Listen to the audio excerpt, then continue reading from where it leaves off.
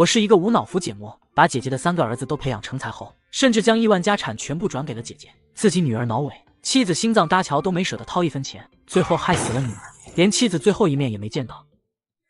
老婆，借我点钱，年底了，我想孝敬咱妈一点。2000行吗？都2024年了，你觉得2000拿得出手吗？家里只有5000了，那是问我娘家哥借来过年用的。先拿来孝敬我妈，我们吃点苦没事，区5000块钱，以后有钱了还她不就行了？区5000，自打结婚起，你给过我一个钢镚没有？以前你能赚钱的时候，把钱全都交给你妈和你姐姐，1分也不给我，而我除了供你吃喝，还得给玲玲看病。我好不容易找娘家哥借点钱，你还要全部拿走，我是给你脸了吗？滚一边去！陆野愤愤地看了眼楚香儿，扭头走出了厨房，最后只好把目光瞄向女儿的存钱罐。女儿30多了，还只有3岁智商，此刻正一个人玩过家家。不许碰我东西！真是白养你了，按义务我养你到18就行。今年你都38了吧？爸爸不计较这些，你先给我拿3000孝敬你奶奶。你养我了吗？你的钱都拿去养别人家的孩子了吧？别乱说，你姑姑怎么能算别人呢？你养谁就问谁要钱花，别动我的东西。眼看拿不到钱，陆野恨恨地骂完，转身离开了出租屋。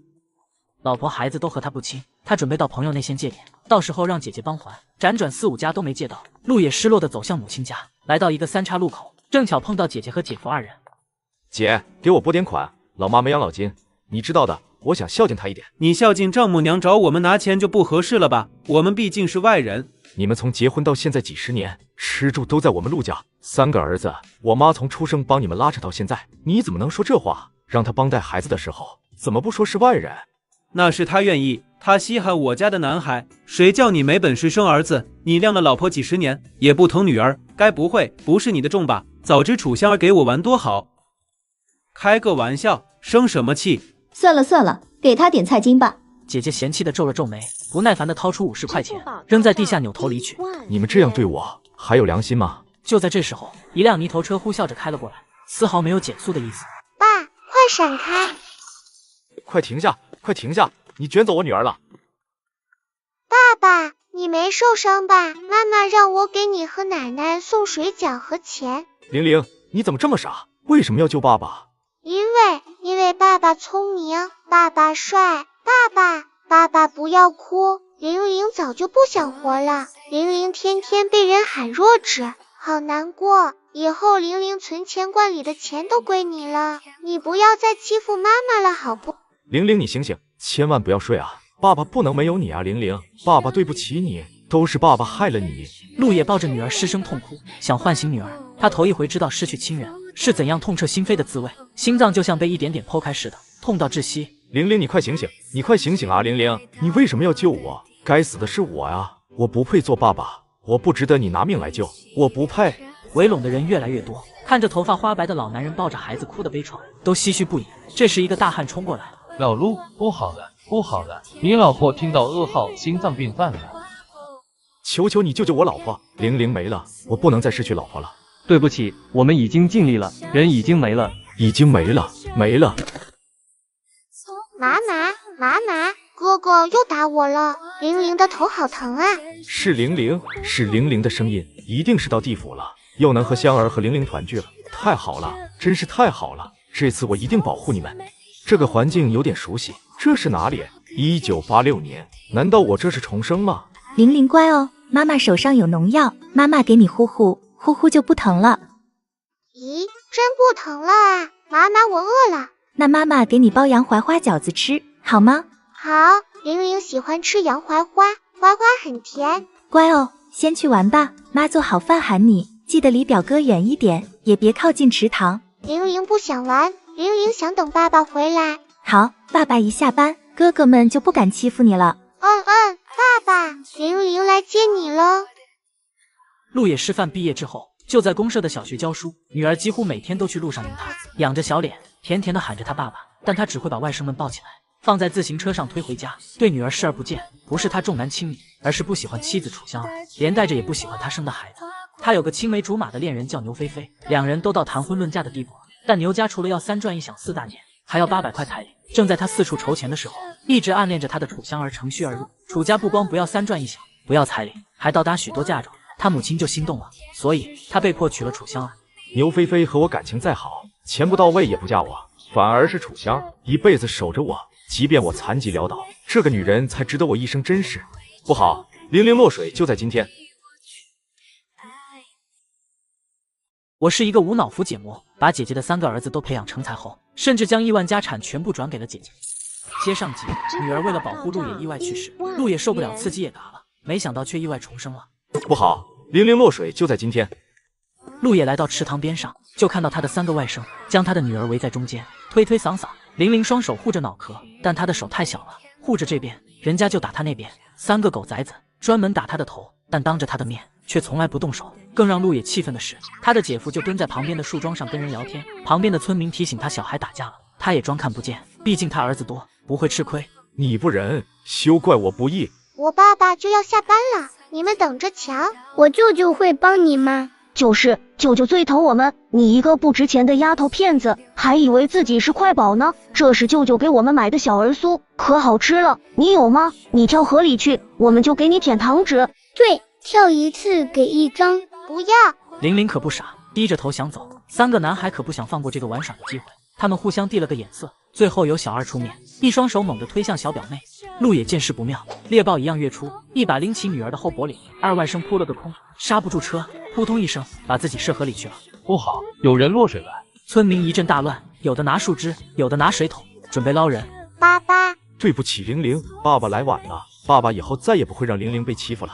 玲玲见父亲快哭了，还以为他害怕被姑姑打，毕竟落水的2表哥可是姑姑的儿子。爸爸你怎么哭了？爸爸你别怕，玲玲会保护你的，玲玲拼了命也会保护你的。陆野听了这话，想到女儿拿命救自己的惨烈一幕，眼泪一下绷不住了，把脸偏到一边，泪洒当场。爸爸乖，不哭不哭。玲玲抬起小手给爸爸擦泪，奶声奶气地哄着爸爸。突然她看到姑姑气势汹汹地走了过来，小家伙立刻将爸爸的头抱在怀里，牢牢地护住。别打我爸爸，打我！你这死丫头，就是个扫把星。你想干什么？干什么？你没看到他把咱小2坑到河里去了，你还不去救人？你要这么讲，那我得跟你掰扯清楚，你家小2到底怎么掉河里的？怎么掉河里的？陆美兰心里清楚，以前陆美兰仗着弟弟的宠爱，一向牛得不行，她以为这次弟弟还会惯着她，但她没想到弟弟会抢她。见弟弟态度强硬，她的气势顿时削减了几分。弟，你先去救救小2好不好？那不是有人在救了吗？他们一个个长得那么挫，跟3寸钉似的，又不勇敢往水里跳，怎么救得上来？不救了。就是啊，帮他救儿子还得挨骂。对不起，对不起，我不是那意思。陆美兰想要解释，但村民都往家走了。陆美兰急得六神无主，眼瞅着2儿子还在水里扑腾，越扑腾越远。她那五短身材的老公只敢拉着树根一点点往下滑。弟，你快去救小2，你不是最疼他吗？是啊，我最疼他了，但上辈子我快饿死的时候，小2可是一口汤也没给我喝呀。我抱着孩子怎么去给你救？他算什么孩子，就是个赔钱货，跟他那贱妈一样。妻儿无端被辱，陆野气得额头青筋暴起，一拳倒在了姐姐的左眼上。你竟然敢打你姐！打的就是你，赔钱货也是你，带着男人和一窝孩子啃娘家的血。楚香儿可没像你这么干啊！见一向疼爱自己的弟弟这样无情对自己，陆美兰的眼泪一下子出来了，委屈的捂住脸，哭着跑回家找母亲去了。玲玲，到妈妈这里来，你快去救人，人命关天。行听媳妇的。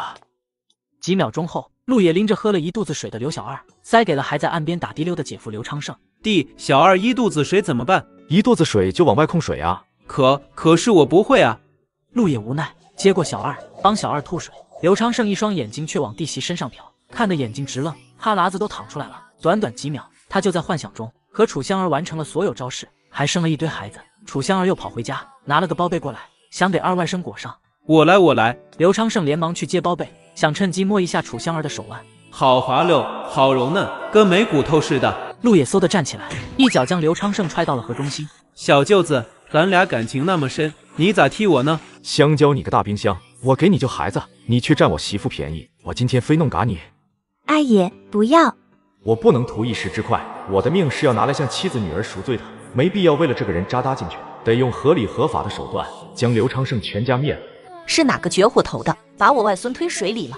陆野刚平复了一下心情，就听到熟悉的骂声，回眸就看到姐姐陆美兰携着母亲夏荷花跑了过来。以后谁再敢碰我老婆孩子半分，我就要谁的命，包括你夏荷花。妈，听着没？这不孝子对你直呼姓名。玲玲见势不妙，立刻聪明地引开奶奶的注意力，小手一指，看我姑父，在河里游泳呢。当家的，你怎么在河里？弟，快救你姐夫！救你妹呀！媳妇玲玲，走，咱们回家。玲玲是饿了吗？爸爸，我有肉，我想给你肉吃。那说话要算话啊。孩子上次吃肉还是过年的时候，要不是大姑姐一家抢走了粮食，就能拿粮换点肉了。玲玲，让爸爸先去冲澡，不然一会感冒了。说完，玲玲挪着小短腿跑了，楚香儿则去准备做饭。冲完澡的陆野凝着妻子忙碌的身影，正想去帮忙的时候，玲玲捏着一只烤熟的蚂蚱走过来。爸爸，肉来了，我们一人一半哦。蚂蚱看起来放好几天了，翅膀都断了，枯瘦的，却是孩子唯一的荤菜来源。陆野突然破防了，别过脸，热泪就流了出来。不分了，都给你，都给你。小家伙见爸爸哭了，连忙妥协，他太爱自己的爸爸了，要是换个人，他分都不愿分，何况全都给对方。我是一个无脑扶姐魔，把姐姐的3个儿子都培养成才后，甚至将亿万家产全部转给了姐夫。接上集，女儿抓到一只蚂蚱，为了给爸爸分享，直到把蚂蚱都饿瘦了，自己都舍不得吃。爸爸，肉来了，我们一人一半哦。蚂蚱看起来放好几天了，翅膀都断了，枯瘦的，却是孩子唯一的荤菜来源。陆野突然破防了，别过脸，热泪就流了出来。不分了，都给你，都给你。谢谢宝宝，爸爸带你去吃肉。陆野咬着牙，强迫自己咽下泪水，抱起女儿，大步走向隔壁院子。此时，他们母亲和姐姐一家，桌子中间赫然摆着一盘土豆炖五花肉，肥肉上闪着诱人的油光。这些肉是他陆野的钱买的，他的亲生骨肉，有资格分一杯羹。看到陆野抱着孩子来了，夏荷花紧张了一下，陆美兰赶紧给儿子们使眼色，快往嘴里扒，快！等陆野走近，已经光盘，连个葱花也没留下。以前的我真是眼盲心瞎，姐姐一家这个德行，我居然觉得好。随后，陆野冷着脸走进父亲的房里，父亲已经卧床，痰盂里有不太新鲜的米田共。陆野抄起痰盂，狠狠砸在了餐桌上。围桌吃饭的人脸上瞬间都一片黑黄，最惨的是刘昌盛，他正张着大嘴想喝粥，刚好一股黄汤溅他嘴里。卧槽，是米田共！此刻的陆野早就抱着女儿迅速逃离现场，听着身后传来一阵阵惨叫，心里舒坦极了。这才只是个开始，以后我不会让你们好过的。玲玲看着手里的蚂蚱，虽说也是肉，但怎么比得上大肥肉？小嘴一瘪，快哭了。玲玲乖，不哭，爸爸有钱，爸给你买肉。真的？当然真的，爸爸什么时候骗过你？爸爸好棒，爸爸真好。爸爸，你买肉除了给我，还给谁吃？陆野知道他担心什么，毕竟他之前是一块糖都不给女儿吃的，全养3个外甥了。不给大表哥吃，不给小二吃，也不给三表哥，全都给玲玲吃。真的吗？真的。玲玲笑得跟银铃一样脆，笑得口水都出来了。妈妈，我的鞋坏了。没事的，等下妈妈帮你焊上。玲玲的衣服虽然穿得干净，但都是旧衣服，全是捡别人穿剩的。陆野看在眼里，恨不得现在就赚大把钞票回来，交给楚香儿，让她和玲玲想吃什么就敞开吃。我不能再等了，挣钱，挣钱。爸爸。玲玲早房被爸爸开溜，小短手一把抱住爸爸的腿，眨巴着漂亮的大眼睛，仰头看着爸爸。吃了饭再走，不行吗？我不饿。陆野其实已经很饿了，而且刚获得新生，他特想和妻子女儿待一起，吃顿团圆饺子，但他必须去挣钱。玲玲乖，爸爸要工作，妈妈给你烤红薯吃，好吗？玲玲点点头，才依依不舍地松开了爸爸的腿。去哪里搞钱呢？有了。我操，你把烂泥溅我脸上去了！你有瞎跑的功夫，就不能帮你老婆做点正经农活？一个男人不养老婆孩子，去养姐姐一家，你姐姐一家过得再好和你有毛关系？你姐姐过得好，只能说明你姐夫有本事。这么简单的道理都不懂，我呸，憨批一个！虽然陆野文化高，工资高，但村里没人瞧得起他，因为他老婆楚香儿是全村最穷的女人，穷到饭都吃不饱。可怜那楚香儿，每当粮食一收成，就会被婆婆和大姑姐拉走。陆野也不制止，导致就连全村最懒的懒汉二愣也看不起陆野。陆野根本没时间理会闲杂人，而是拼命的刨土，把大泥鳅从泥里抠出来，涮干净，放水桶里，直到挖了整整2桶才收手。这一桶应该有30来斤吧？嘿嘿，香儿玲玲，我再也不会让你们缺钱花了。差不多40分钟后，陆野来到了县城的一个家属大院，找了面墙，在墙上写了2行字。哟，这卖泥鳅的小伙字写得真漂亮。是啊，这小伙子不光高还壮，瞧这大肌肉筷子，隔着衣服都觉得有劲。哎呦，帅得我腿打颤。应该是帅得合不拢腿了吧，哈哈哈。几个阿姨仗着人多，也不怕害臊，一群中年妇女不看泥鳅，反倒盯着陆野看，左左右右，上上下下的研究，赞叹连连。姐姐们别光看我啊，我的泥鳅更漂亮，这可不是一般的黑泥鳅，确实好看，不过谁吃这玩意啊？可脏了。这就是你没见识了，这玩意不但不脏，煲汤比排骨还好喝，而且还能壮大洋呢。这东西能壮大洋，那我得给我们当家的买几斤，便宜点吧，小伙子，1块钱2斤怎么样？姐姐你也太狠了，好歹它也是荤菜啊，我费了好大功夫才捉到的，赶了几10里地，就为了姐姐们吃口新鲜的，错过了可就没了。你明天不来卖了？这我也不能保证，这种鲜物不是每天都有的。那你给我称3斤吧，养着慢慢吃。好嘞。有人起头买了后，其他人也纷纷跟着买了起来。不过半个钟头的功夫就被抢购差不多了，场面相当火爆，把左边卖狗肉的张三和右边卖豆腐的黄二麻子都羡慕哭了。我去，现在做个小本生意都得看脸了。小伙啊，你什么时候再来卖？我们还买。对，就算没你糗了，你卖别的也行。卖别的？村里有洋槐花、蒿菜、荠菜这些，但真心卖不起价，也不压秤，而且城里的生活条件也刚好转，大家都是吃野菜过来的，看到野菜估计都烧心，最好卖营养价值高点的东西。对了，村里有人放风，我可以卖蜂蜜，你们要新鲜的洋槐花蜂蜜吗？要，你卖的蜂蜜肯定不掺假，我们信任你。信任我？都说城里人挑剔又精明，这看着也不像啊。凭你这张脸，我们就信。对，明明可以靠颜值吃饭的，却来做小买卖，没必要卖假货。你要想来快钱，靠脸就行了，哈哈。妇女们大笑着调侃。这个年代，年轻的女子都很羞涩，反而中年妇女在言语上放得开。陆爷也没当回事。顾客们散去之后，陆爷把营业额从包里拿出来，数了数，居然有50块3毛9。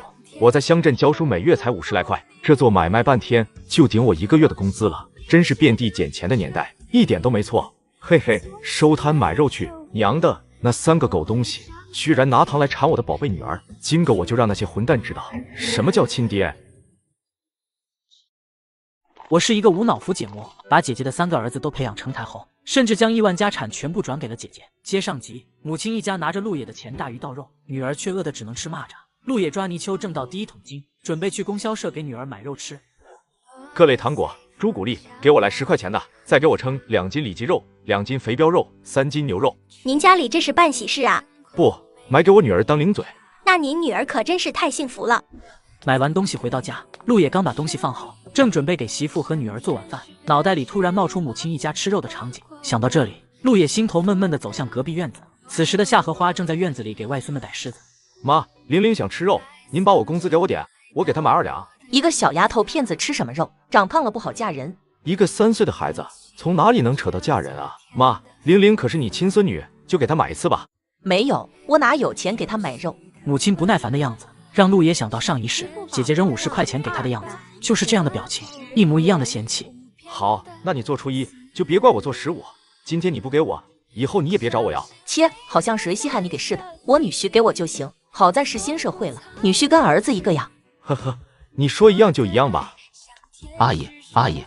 陆野没走几步，就听到东屋方向传来苍老虚弱的声音，身子一僵，心里却澎湃的厉害。爸。陆野和父亲的关系一直很糟糕，要放以前，父亲喊他，他根本不理。其实他和父亲并没有多大的矛盾，就是他从小被母亲灌输配偶无用论，各种花式洗脑，说母亲最亲，其次是姐姐，还说父亲想他。陆野被恶心到，敌对关系就这样形成了。这个你拿去给玲玲买肉。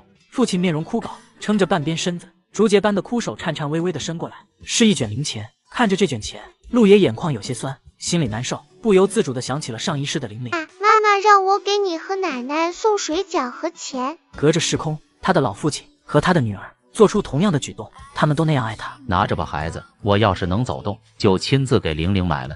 爸，我替玲玲谢谢您。陆野不想伤了父亲的面子，伸手刚想接钱，门吱呀一声开了，夏荷花像饿死鬼一样扑过来，一把抢过钱。老东西，还敢藏私房钱！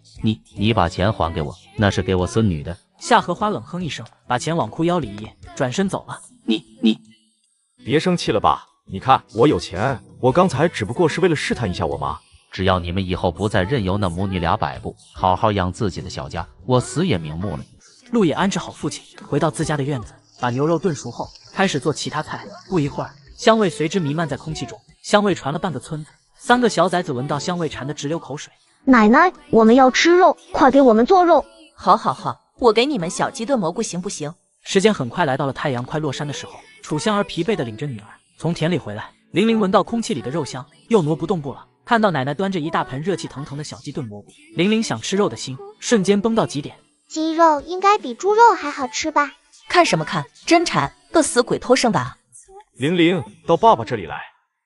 爸爸，玲玲乖，不哭，看爸爸给你买了什么。陆爷把糖三角从背后拿出来，玲玲不认识，但通过散发的香味知道是好吃的。哇哦，爸爸，好吃，太好吃了！好吃你就多吃点，老婆你也吃。先回家吧，我的手被树叶染得黑乎乎的，脸上也有很多灰尘，怎么可以吃东西？玲玲，你看桌上是什么？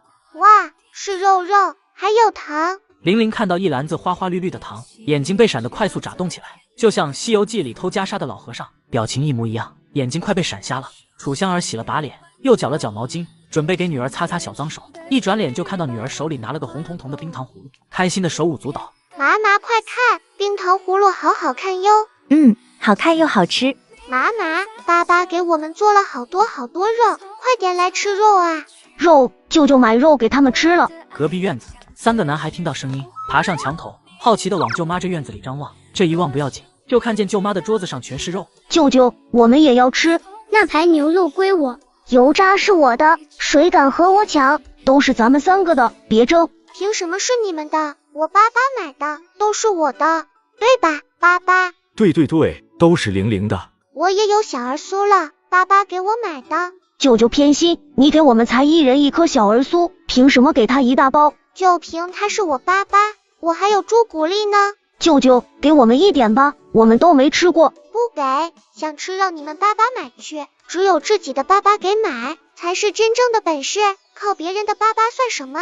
哎呀，这是什么神仙东西，太好吃了！玲玲，楚香儿是个有涵养的人，低声制止女儿，小团子立刻笑嘻嘻的，敬个礼表示知错了，才重新坐回小桌旁。阿爷，你哪来的钱？放心，都是我靠劳动赚的，光明正大的钱。听陆也说光明正大，楚香儿便不再多问，他说光明正大，他就相信。阿爷，你多吃一点，你都瘦了。你也敞开吃，还多着呢。你看你自己都瘦成啥样了，还在关心我。墙头上3个外甥看吃播，看得快妒忌死了，尤其是2外甥，眼里闪过浓浓的恨意。舅舅以前最疼我了，多怪玲玲这不值钱的丫头片子。他们不给我吃肉，你去端，把他们的肉全都端过来，一点也不给他们留。明明已经买那么多肉，还问我要钱买肉，这小子跟谁学的？太阴了！妈，我弟回去养他们母女了，我的儿子们怎么办啊？别乱想，你弟弟不是要去大城市打拼吗？他应该是做菜给自己践行呢。就算这样，他也该给我3个儿子吃，毕竟我是他亲姐姐，是亲人，媳妇是外人，他又不是不懂。原谅你弟弟吧，他的工作都让你男人接班了，以后你男人领了工资，你还怕养不了孩子？对，关键时刻还得是老公。弟弟不过是个旁系，而且又不是一个爹的，哪里靠得住？肯定是楚香儿挑唆的，我等下去找他麻烦去。对，全怪他，这事不能就这么算了，我要让楚香儿身败名裂，在陆家村抬不起头。接上集，母亲一家拿着陆野的钱大鱼大肉，女儿却饿得只能吃蚂蚱。陆野抓泥鳅换钱给女儿买肉吃，却引来母亲和姐姐的不满。肯定是楚香儿挑唆的，我等下去找他麻烦去。对，全怪他，这事不能就这么算了，我要让楚香儿身败名裂，在陆家村抬不起头。儿子，你过来一下，开个家庭会议。有什么事就在这里说吧。谈谈你爸的事。他有什么好谈的？你不是要去大城市挣钱吗？谈谈你爸的归属，以后谁来伺候他？这些菜给绝户头吃，真是浪费了。你说谁绝户头？我没说你，我说他。说他不就等于说我吗？是你，一定是你挑唆我儿子，挑唆我们母子不和。我没有，还不知悔改，这是和婆婆说话的态度。给我跪下！儿子，你就由着他对我不敬。哪里对你不敬了？还给你跪？你脸怎么这么大？赶紧给我咕噜出去！哈哈，我还不想沾这绝户头的地界呢。夏荷花又恶毒地说了一句，把楚香儿打击得灰飞烟灭才走了。陆也气得额上青筋直跳。别听夏荷花胡说，我只要玲玲一个孩子就够了。我没事，你去开会吧，顺便把饭菜给公公烧去。给我爸拿点泥鳅汤就行了。楚香儿目送着丈夫离开后，眼泪终于滑落下来，无助又绝望地暗恨着自己无能。她一直想再给丈夫生个孩子，但一直怀不上，也许是太累，也许是生活太辛苦。每次一收成，婆婆和大姑娘就把粮食拉走，她都不敢吃饱饭，身子亏得厉害，生理期都乱了，月事不来也是常有的事。唉，怀不上也好，养一个孩子都费劲，更何况2个呢。爸，你把这泥鳅汤喝了吧，给你孙女煮的，她不乐意喝。儿媳也不喝吗？她更没用，光闻味就吐了。行，那爸喝。你慢点喝，你放心吧，我以后不会再丢下你不管了。儿子，我听到他们撺掇你出远门呢。你放心吧，我哪都不去。你好好补充体力，好好活着。儿子想做点生意，还需要你的支持呢。做生意好，肩挑4两为客，帮人1日为奴。有什么需要我帮忙的？我想做木材生意，但本钱不够。木材，爸倒是能给你弄到木材，但是你得答应我，你赚的钱不能再给夏荷花和陆美兰了，只能给你媳妇。我知道了，爸，我已经明白了，妻女才是我最亲近的人。明白就好，爸给你赊，不是爸夸海口。这茫茫陆家山的木材，你想要多少，爸都能给你弄到。先别说大话，你现在都卧床了，谁敢赊给你？你现在的任务是先把身体养好。你放心，孩子，爸还能起来。就算为了你和玲玲，爸也得好好活着。好，那我就先走了。陆老爷子目送儿子的身影，抚摸着手里的糖三角，嘴唇不可自控地翕动着，一行浑浊的老泪滑落。这是儿子给我买的，儿子说以后不会不管我的。儿子没有铁饭碗了，被刘贼坑去了。为了儿子，我得好好的活。既然谈我爸的归属，那就直接谈吧。弟，爸当然由我管。你不是要去大城市淘金吗？你放心去，父母我照顾。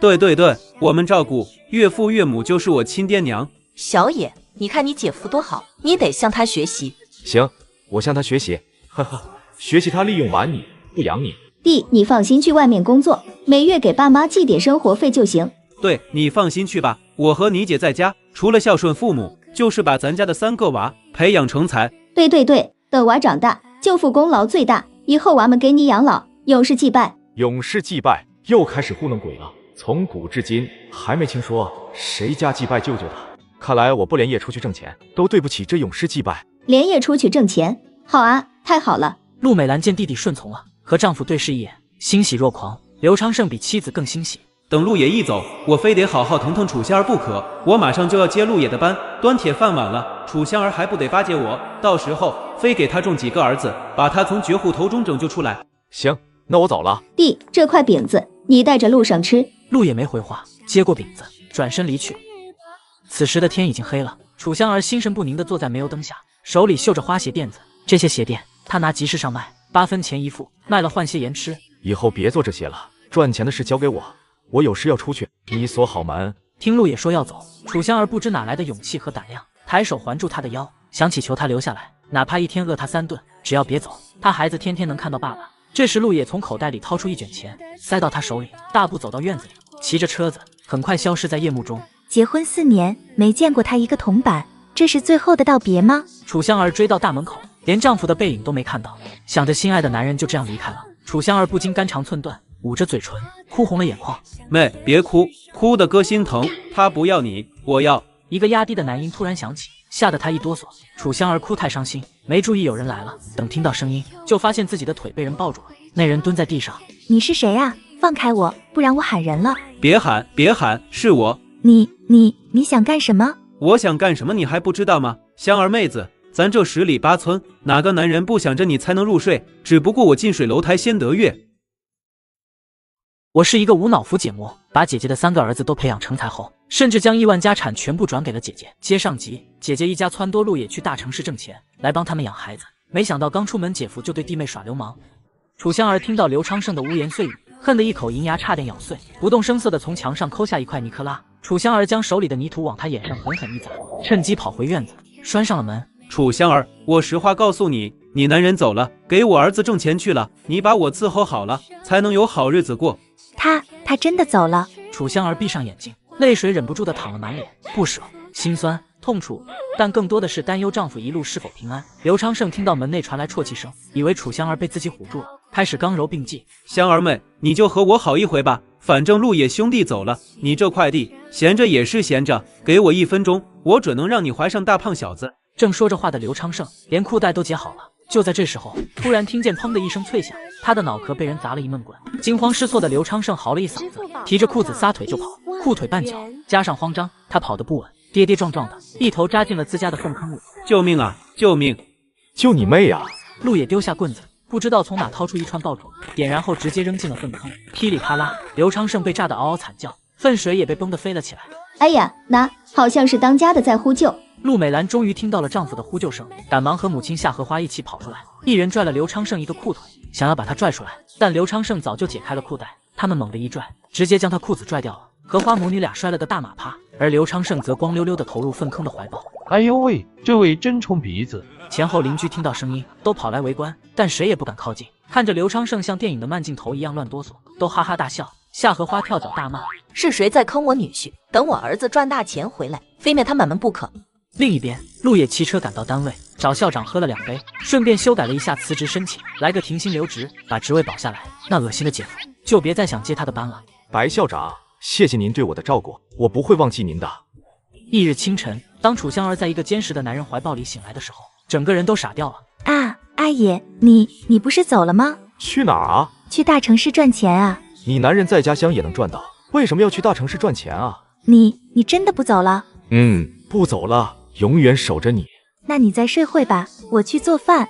楚香儿起床后，先把一家人的衣服洗了，然后做早饭，顺便将丈夫的白衬衫放进米汤里酱一酱。陆野一觉醒来，女儿玲玲已经不在屋里了，她3两下穿上衣服，准备洗脸。一出门就看到女儿端着小茶缸，鼓着腮帮子滋水玩。咦，爸爸，看我教泥鳅吐水呢。啊！陆野接过女儿的茶缸，差点泪奔。女儿把昨天她留下的2条小泥鳅都塞杯子里了。宝贝，你这样玩，等会妈妈会送你一个完美童年的。啊，爸爸，看看我的小牙刷的白不白？不错，很白。此刻楚香儿正在灶房忙活，陆野透过灶房的窗子看向妻子。陆野看着她，想到这世上有个人，无论自己怎样落魄，都永远站在自己背后，不离不弃，心里瞬间满满的安全感。楚香儿从没怂恿过女儿去恨她这个不负责任的爹，反而不断树立她在女儿心中的正面形象，所以女儿才和她没有隔阂。加油，宝妻，感激不尽。阿野，玲玲，马上可以吃早饭了。好嘞，我先将门口的菜园浇一下。陆野答应着，提着2桶水走向大门外。楚香儿赶忙跟上去帮忙。此时大门外，刘昌盛端着一盆碴子粥，正在守株待兔。他的脑袋肿了一大圈，有8斗那么大，身上一股粪坑味，还自以为很帅，目光时不时地瞟着楚香儿的家门，就等他出来说点虎狼之词。可看见走出来的人是高高大大的陆野，他脸上的笑容一下子僵住了。哎呀妈，这小子昨晚不是连夜出去挣钱吗？怎么还搁家里呢？昨晚都差点把你淹死在粪坑里，还不老实。我的女人也敢动，好玩的还在后面。小舅子在家呢？你这么问，让我怎么回答？我要说在家，嫌你问的多余；我要说不在家，摆明把你当瞎子。呵呵呵呵。刘昌盛笑得像脑子缺根弦，端着碗走也不是，留也不是，滚远点。楚香儿一瓢水浇了过去，刘昌盛被浇了满脸，饭盆里的稠粥也变成稀粥了。刚想骂2句，就见陆野冲了过来，吓得他饭盆一扔，一溜烟跑了。不得了了，不得了了，打姐夫了！陆美兰，你弟要打我！你说什么胡话呢？我弟不是已经走了吗？他还在家呢，就在外面，不信你们去看看。陆美兰和夏荷花急忙跑出来，看到陆野也惊呆了，尤其是看到陆野居然帮媳妇劳动，更是觉得扎眼。楚香儿，你凭什么使唤我儿子干活啊？陆野浇完最后一瓢水，拉着媳妇回了家。夏荷花吃了个闭门羹，气得回到院子，爬上墙头。阿野，你怎么没走？是啊，弟，你怎么还把你姐夫打了？你不是去大城市赚钱去了吗，弟？我为什么要去？再说我去哪里关你们什么事？你不是答应我们去赚钱的吗？那你怎么不去？就你知道老婆孩子热炕头，我不知道。刘昌盛被堵得说不出一句话，美兰和夏荷花也一时不知说什么，3人缩回脑袋，面面相觑。你找几个小痞子来，等陆也不在家，就把楚香儿给我轮了。不妥啊，老婆，轮人犯法，得让香儿主动。香儿，你他妈喊得真轻！3个人正在密谋什么的时候，突然一个佝偻的身影走了过来。你出来做什么？给我看病，送我去城里看病。看病？看什么病？看病不要花钱呀。那我不管，卖血卖地，你们也得给我看病。你们不给我看病，我就跟组长说，你们长期虐待我，尤其是美兰，你虽不是我亲生的，但是我养大的，你必须给我看病。爸，你之前不是说不看了吗？能治谁不想活着？医生说我这病手术费5000块，美兰你是长姐，出3000，阿野出2000。啥？3000块？我种10年粮食也赚不到3000啊！这个家不能待了，全乱了。弟弟不向着我了，继父也爬起来作妖了，这可咋整？要不咱们分家吧？陆美兰听到刘昌盛的话，如醍醐灌顶。对，分家必须分。现在弟弟工作也让出来了，又不肯出去打工，在家当农民只会拖累我们，不如分家，把老头分给弟弟，我就1毛也不用出了。陆老爷子听到分家2个字，嘴角露出不可觉察的微笑。我是一个无脑扶解魔，把姐姐的3个儿子都培养成才后，甚至将亿万家产全部转给了姐姐。接上集，老爷子要去城里看病，姐姐和姐夫为了不出钱，竟然要分家。对，分家必须分，把老头分给弟弟，我就1毛也不用出了。阿爷，我想给阿春嫂和六婆送几个包子，行吗？平时阿春嫂和六婆没少帮我，尤其是六婆，过年的时候还给了玲玲1碗瘦肉丝呢。当然行，我买这么多物资，除了给你们吃，还想还点人情。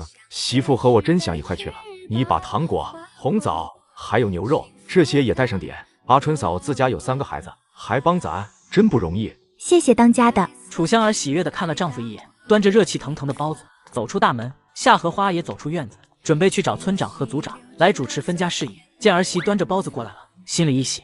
我就说嘛，楚香儿还得巴结我这个婆婆，这不包子就送来了。哼，一会不跪着求我吃，我都不带接的。夏荷花冷哼一声，翻了个白眼看向天空，静等儿媳卑微跪下献上包子。谁知等了半晌，一点动静没有。夏荷花垂下高贵的头颅，就看到不远处六婆豁着个门牙，喜滋滋地咬着包子，软和好吃。阿爷还让我送点肉给您。是亲妈亲还是六婆亲？这2个败家伙怎么能把自家的东西送给外人呢？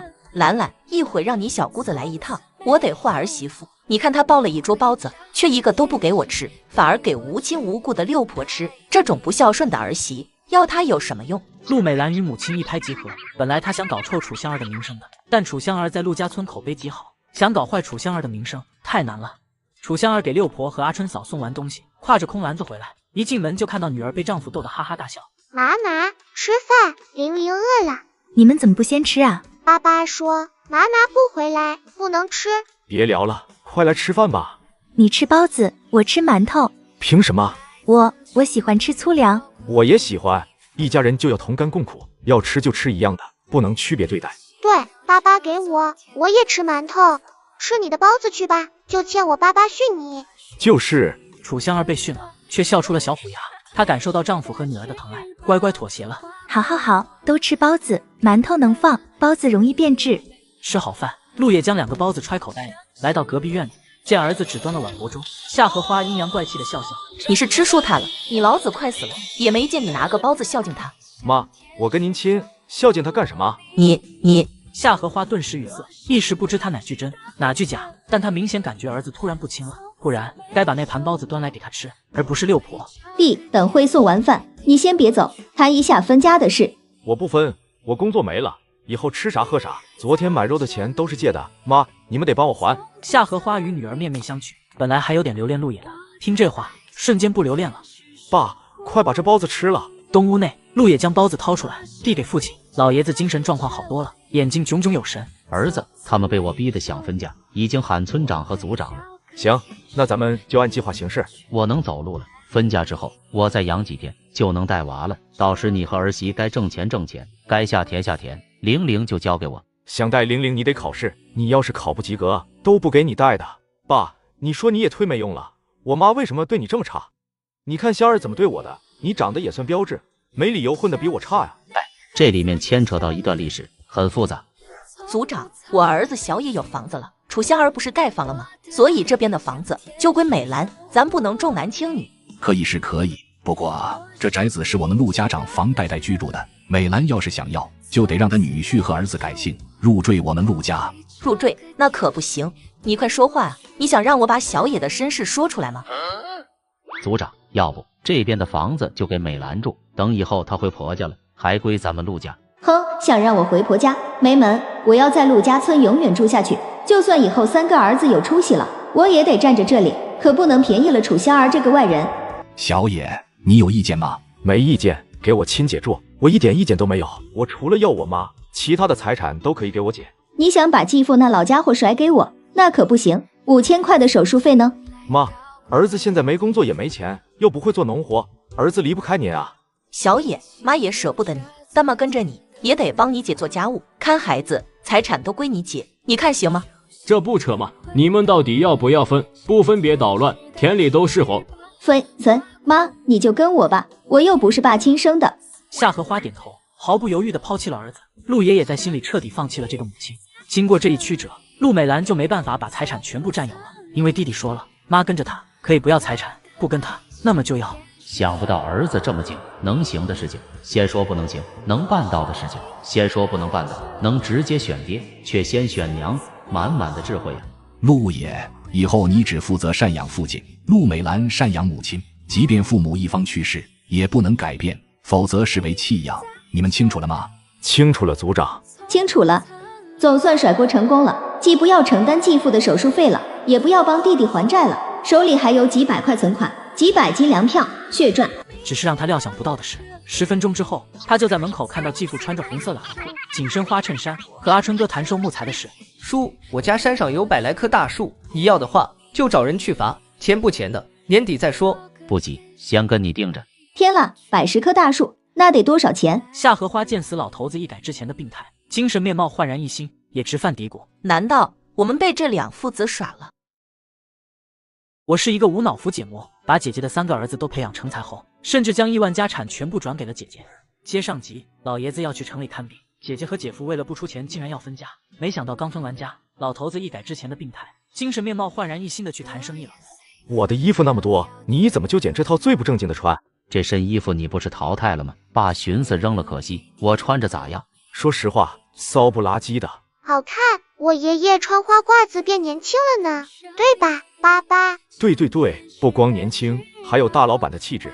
对了，香儿，我今天要去城里做点小生意，田里的活等我回来干。那你带上点钱。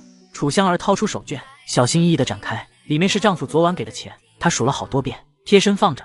不用，我做的都是无本生意啊。阿爷你该不会……在当地无本生意指的是失足妇女做的那种生意，不需要本钱，只要身体。看着丈夫英俊的相貌，她又有些担忧了。楚香儿，你的思想严重有问题，我可是为人师表的人。那你昨天的钱怎么来的？那是我昨天卖泥鳅换的，今天我准备卖蜂蜜。那玩意还能卖钱，而且还卖这么多。对呀，所以你就是个小笨笨。要不你把那些干洋槐花带上吧，买蜂蜜就送洋槐花。好主意，看不出你还挺有生意头脑，不愧是我的老婆。玲玲，在家里乖乖听妈妈和爷爷的话，知道吗？爸爸，我也想和你去城里。行，既然玲玲想去，我就把玲玲带上。听说没？陆野辞职了，让他姐夫接班。真的假的？那还有假？他姐亲口说的。啧，真是24孝好弟弟，真是笑死了。他姐夫狗肚子里盛不了4两香油，还教书呢。光听说有让儿子接班、弟弟接班，没听说过让姐夫接班的。这个陆野是不是这儿有毛病？不是这儿有毛病，是下面。真的，当然是真的。他是我家亲侄，我能胡说？他下边不行了，还指望姐姐的孩子过继给他一个当儿子，不然你以为他为啥对他姐百依百顺？真可惜了，那么大的个子大有什么用？该大的地方不大，跟金箍一样。哎，白瞎了我香儿姐了，鲜花扎在牛粪上。嘘，别说了，过来了。哟，今天怎么不带外甥了？真稀罕啊！说什么呢？人带外甥怎么了？谁不喜欢大胖小子？阿野，你要能生就再生一个。能生人陆野肯定早就生了。众人的目光随即都有意无意地扫过他左腿的右边、右腿的左边、中间的那1亩3分地。我是刨你们家祖坟了，还是把你们家孩子扔河里去了？一个个的这样损老指，照我以前的脾气，非要削你们的老公一顿不可。管好你们自己的男人就行了，楚香儿的男人行不行？轮不到你们管，一个个闲得蛋疼。陆野回敬了2句，推车准备离开，但是妇女们可不想放过他。小野，你要实在不行，就在陆家子侄里物色一个继承人。对，千万别便宜了外姓人。你那3个外甥虽然是近亲，但跟咱们不同宗同族。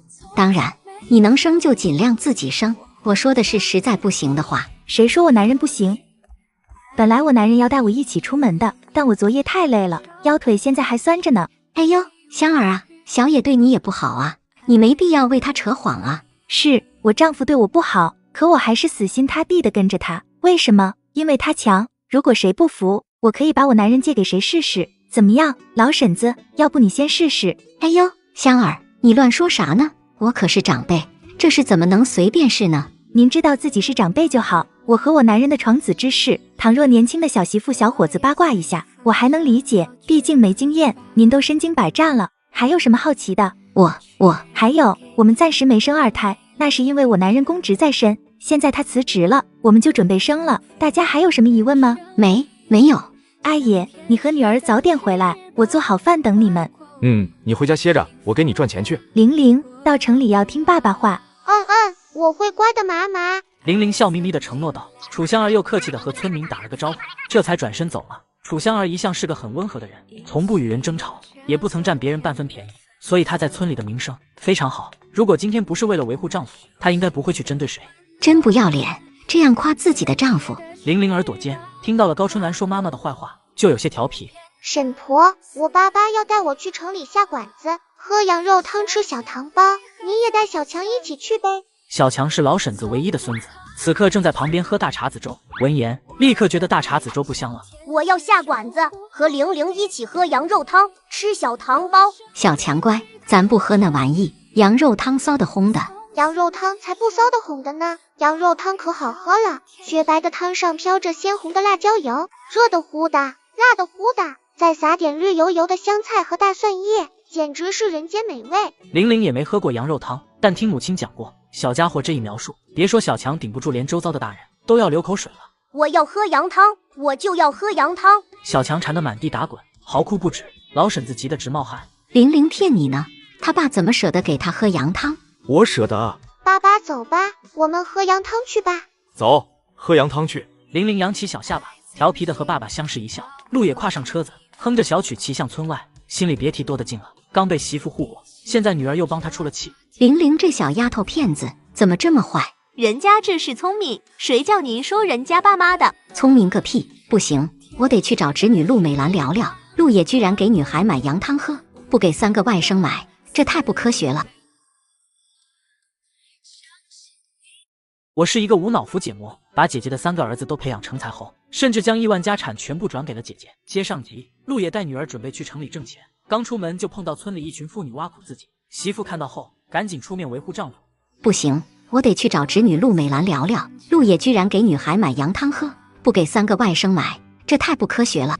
此时的陆野父女俩在村外一个养蜂处下了车，这对夫妻年年到这里赶花，孩子还是陆野帮忙尽的孝。陆老师，你要多少蜜场开拿，卖不完再给我退回来。蜂农既然这样说了，陆爷也不客气了，于是1毛钱没花就进了110斤蜂蜜，又拿了20斤蜂巢、10瓶蜂皇浆、10包花粉。陆野带着女儿赶到家属大院的时候，已经小半晌了。家属大院门口已经等了好几个妇女了。小伙子，再给我来点泥鳅，我家男人昨天吃了这个泥鳅特别好。是啊，昨晚炖了汤喝了，今天早晨就浑身是劲，按着我不准我起。对不起姐姐们，泥鳅过几天才有，今天有纯洋槐蜜、蜂巢蜜、花粉和蜂皇浆。好纯的蜂蜜，可惜我家男人不喜欢喝蜂蜜。买给自己喝啊，怎么光想着男人，光把男人养得那么年轻，等着他嫌弃你啊？你看你的脸，一层老皮，还有斑点，喝纯蜂蜜能延缓衰老，这是你花多少钱都买不来的。小伙子，给我来5斤水白蜜。好嘞，您稍等。旁边的人见他连价格都没问，就直接买，顿时也按耐不住了。水白蜜多少钱1斤啊？水白蜜10块，橙黄蜜3块。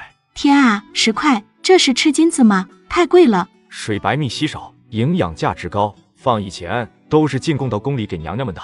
姐姐们嫌贵的话，还有杂槐蜜，只要1元1斤，每天早晚泡杯温水喝，能喝1个月，合成几分钱一天。给我1斤水白蜜吧，我还是小时候吃过水白蜜，拿1斤尝尝，还是那味不？好嘞，您稍等。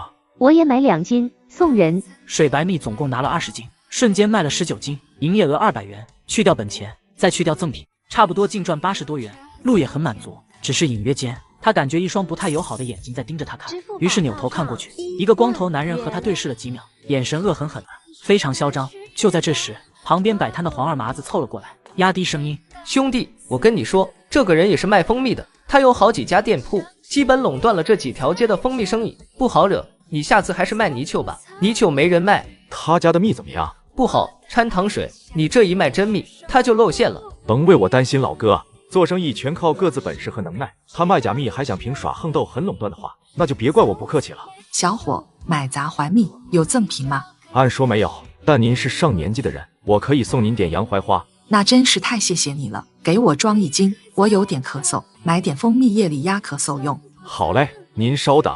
陆野的蜜便宜，品质好，几乎没吆喝，杂槐蜜就卖完了。另一边，楚香儿正在野外挖泥鳅，已经挖了很大一个深坑了。虽然她不想丈夫辞职，但已经辞了也只能接受现实。她现在只想替丈夫分担，累积点资本再做打算。于是他转念一想，他多干一点，他男人就可以少干一点。想到这里，楚香儿努力克服恐惧心理，便跑来野外抓泥鳅。正挖着，刘昌盛挎着一份筐野菜，脸皮很厚的走了过来。妹，你在这挖坑干啥？给你挖的。你昨晚怎么对我的？等我男人回来我就告诉他，后果是什么，你应该能猜到。妹，咱们虽说分家了，但还是一家人，你别弄得不团结。就算没分家，我和你也不是一家人，我家姓陆，你姓刘。楚香儿，你这个臭不要脸的，怎么又单独和我男人在一起？你想干什么？刘昌盛，你给我过来！你推车子干嘛？你又不会骑。老婶子说，我弟带着玲玲下馆子了，我想去看看。下馆子就下呗，等咱到了，人家都吃完了。不是下馆子的事，我二叔从县城回来，刚好看到我弟在做生意，说他生意可好了。那快走吧，趁家还没分热乎，咱再去分他一点钱去。此时的陆也抱着女儿，刚从一家百货公司买了一大网兜东西走出来。玲玲手里拿着大风车，好奇的左看看右看看，睁着一双乌溜溜的大眼睛，一瞬间不够用了。等陆美兰和刘昌盛赶到城里，并没见到陆也，只找到了他的蜂蜜摊位。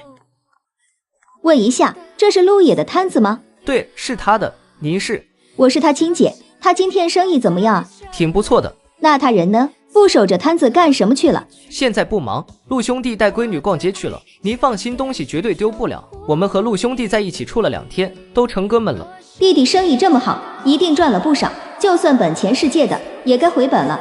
哎，我就不应该分家。他们去哪里逛了？就在这条街后面，百货公司那边。走。陆美兰没回话，直接拽着丈夫就走。张三和黄二对视了一眼，这姐当的不咋地啊，按说应该留下一个人看摊子才对啊。对呀，虽然我们也能帮看，但万一我们的生意也忙起来，顾不到，跑了生意多可惜。逛完百货公司，陆也抱着女儿走向繁华的美食一条街，找了个羊肉汤店，要了2碗羊肉汤，1份炖羊杂，又要了份凉拌粉皮黄瓜花生米。爸爸，这黄瓜好好吃，留一点给妈妈带回去。咱不差钱，一会咱再给妈妈单独买一份，你就敞开吃吧。好，那爸爸一起吃。陆也一双眼眸盯着女儿，眼里都是疼爱。他和楚香儿不知还会不会有其他孩子，但不管怎么样，他最疼爱的永远都是女儿玲玲。想起那次新往事，陆也的鼻子又泛酸了。爸爸，羊汤也好好喝，给妈妈买羊肉汤带回去，妈妈干活累。宝贝先吃，一会给妈妈单独买一份。听到爸爸会给妈妈单独买，小家伙才放心的吃起来，也不让爸爸喂了，端起比脑袋还大的汤碗，自己稀里哗啦的喝起来。这小丫头真是太好养了，老父亲真是倍感欣慰。阿爷，你干嘛给她吃这么好，浪费钱？什么意思？她是个丫头，迟早要嫁出去的，你带她吃这些有什么用？咱们前村的老万头不就是没儿子，到老就被他女儿给饿死了，你应该把钱给侄子外甥，男孩才能靠得住。接上集，陆也带女儿下饭馆，没想到姐姐陆美兰追上来说，她女儿吃好东西是浪费，还要求陆也把钱全部给侄子。你干嘛给她吃这么好，浪费钱？什么意思？她是个丫头，迟早要嫁出去的，你带她吃这些有什么用？咱们前村的老万头不就是没儿子，到老就被他女儿给饿死了，你应该把钱给侄子外甥，男孩才能靠得住。我女儿把我饿死，那是我活该，但被别人饿死的话，我不甘心。还有，任何情况下，我都会把我所有财产留给我的女儿，她养不养我是她的事，我将她带到这个世界上来，爱她是我至死不渝的初衷。好，说得好。陆野的一番话，引得饭店里的其他食客纷纷鼓掌。爸爸，我不会把你饿死的。玲玲水汪汪的大眼睛里闪着泪光，小手把吃到一半的贴饼从嘴里拿出来，塞爸爸嘴里。以后爸爸先吃，等爸爸吃饱了，玲玲再吃。老板，还不快把这女人赶出去？什么玩意啊！店老板闻言，立刻出来维护秩序，要赶陆美兰走。请你出去，我们店里正在营业，请不要捣乱。我凭什么出去？我来喝羊汤不行吗？对不起，没位子了。老板，哪有生意不做的道理？再给我打包2份带走。好嘞。陆也结了账，抱着女儿走出了羊肉馆。陆美兰鼻子都气歪了，走也不是，留也不是，最后只好硬着头皮点了1小份羊汤。以前吃陆野的，喝陆野的，不觉得有什么，现在分家了，花自己的钱，跟割肉一样疼。回去的路上，玲玲还在抽噎，睫毛挂满泪水，一想到姑姑说的话，她又难受的瘪起小嘴。爸爸，玲玲不会让你饿死的，除非玲玲先死了。胡说！陆野听到玲玲的话，脑子瞬间就炸了，狠狠训斥了女儿。玲玲被吼得一哆嗦，像只小奶猫一样缩着脖子。陆野心疼的不行，抱紧女儿小小的身子，眼圈红了。答应爸爸，以后不许说不吉利的话。玲玲长命100岁。爸爸也永远不死。为了舒缓女儿的情绪，陆野带玲玲在市中心逛了一圈，父女俩这才忘记了不快，又说说笑笑起来。不远处传来放鞭炮的声音。爸爸，爸爸，去看看。好。一家商场开业，正在进行抽奖活动。舞台上，主持人正在慷慨陈词，门口摆着一排锃亮的摩托车，抽中特等奖的将会拥有一辆摩托车。还有10分钟，抽奖活动就结束了。奖盒里根本没有特等奖，他在耍我们。对，根本没有。不好意思，让一下。陆野穿过拥挤的人群，走到抽奖箱前，把手伸了进去。他知道这个奖盒里肯定有特等奖，弄虚作假是不允许的，但特等奖绝对不会掺在里面。他的手没往下抓，而是往上，一把接下了粘在盒盖下的奖券，递向主持人。我的天啊！恭喜这位男同胞中了特等奖，喜提摩托车1辆。天，太幸运了！人家这手，再看看我这手，剁了算了。我这自行车能变速，瞅见没？新款车，这车真漂亮啊！咱村就算是路野，也只是骑老式28大杠，借给我骑一圈呗。不借，给我碰掉漆咋办？有什么好吹的？咱村除了组长家，就是路野最富。你陆凯排不上号。路野算什么东西？他工资再高，骑的也是28大杠，他买得起我这新款自行车吗？人家路野可是师范生，有文化。那也没见他的老婆孩子享福啊，害得我香儿表姐还跑泥鳅吃呢。谁说路野聪明？我第一个不服，聪明人都把日子过好了，路野的老婆孩子再挨呀，就别说聪明。众人瞬间认同了陆巴巴的说法。陆巴巴见众人都站他一边，顿时觉得自己堪比哲学家。他骄傲地跳上自行车，想要耍一下车技。就在这时候，猛地听到突突突的声音，他抬头看过去，只见一辆炫酷的摩托车开了过来。不是咱村的吧？我怎么看着像路野？前面还带着个小孩，不是玲玲吗？不可能，玲玲哪有这么洋气的衣服？但就是他。野哥，这摩托车太漂亮了，哪里借的？不是借的哦，是我爸爸买的。众人近距离看着摩托车，赞叹连连，瞬间把陆巴巴新买的变速自行车秒成了渣。村里的年轻人羡慕的口水都淌出来了。哎，我什么时候也能带着我女儿骑摩托车逛街？那你得先有个媳妇，你还是根棍，就想要女儿了。等我买了摩托车，媳妇自然就上门了。阿爷，你真是深藏不露啊！这本田王得值2万多吧？我天，2万多，我这辈子也不可能拥有了。那可不一定啊，好好赚钱，机会还是有的。陆野温和地鼓励各位，拿出一瓶蜂蜜，抛给族长的儿子，然后还给了陆二愣一瓶。谢谢你骂我。接着又给了陆巴巴一瓶。陆巴巴没想到陆野会给他蜂蜜，呆了一下才接，险险接住。野哥这拿着吧，自家兄弟一笔写不出2个路。陆二愣看着蜂蜜，一张酷似山顶洞人的脸，写满不解。我骂陆野什么了？想不起来了。不过骂人还能得蜂蜜，太好了！趁陆野还没走远，再骂一句，然后再得一瓶蜂蜜。陆野想交你个大冰箱，我最看不惯你这种人，拿了别人的好处还忘恩负义。不是，是陆野说谢谢我骂了他的。哦，想起来了，我之前骂他憨批一个。此时楚香儿正在门口的菜园里给豆角子搭架子。菜园周围站了许多妇女，3、5成群，说说笑笑。之前他们喜欢在村口扎堆，今天在这里聚集，是为了打陆野的脸。等下就看看陆野能挣来钱给楚香儿不？楚香儿早上还说她男人那方面强，呵呵，再强不会养家，有什么用？还不如黄瓜舒坦一圈刺。接上集，陆野带女儿去城里挣钱，村里的妇女见不得别人好，聚集在陆野家菜园，等着陆野空手回来，好打陆野的脸。楚香儿早上还说她男人那方面强，呵呵，再强不会养家，有什么用？还不如黄瓜舒坦一圈刺。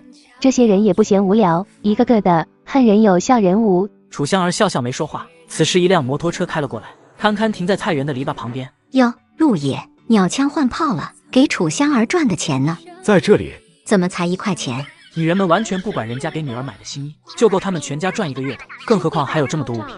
别说1块，就是1分我也高兴。香儿上车。去哪里呀？去兜风。骑慢点，我害怕。害怕就抱紧我呀。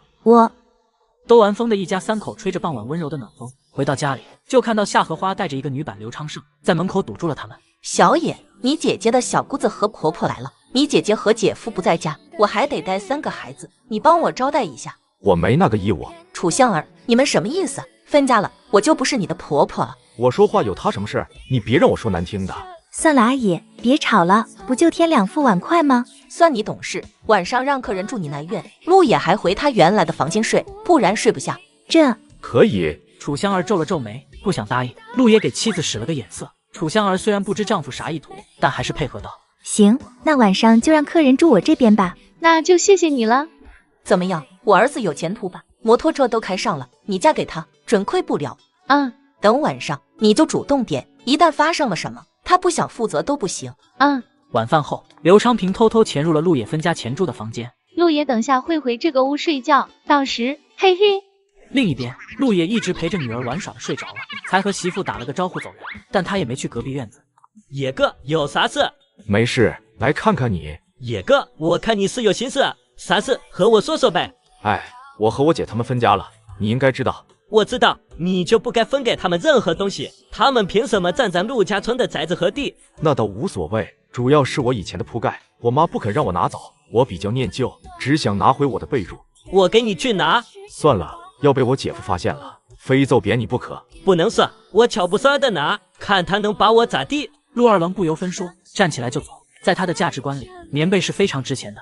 此时的天已经黑了，村子里一片寂静。陆二郎悄悄来到陆野原先住的房间，躲在窗下听了一会，确定没人后摸进了房间。刘昌平闻到凤凰牌香烟的味道，心里一喜，这个烟挺贵的，普通村民抽不起，肯定是他来了。刘昌平一把拉住男人的手，按到自己的身上。陆二郎吓得一哆嗦，但很快被柔软的感觉折服，心里一荡，这屋里怎么会有女人？不管了，反正是这女人主动的，哪怕是夏荷花，我也不能放过。想到这里，陆二郎将衣服一扯，猛扑了上去。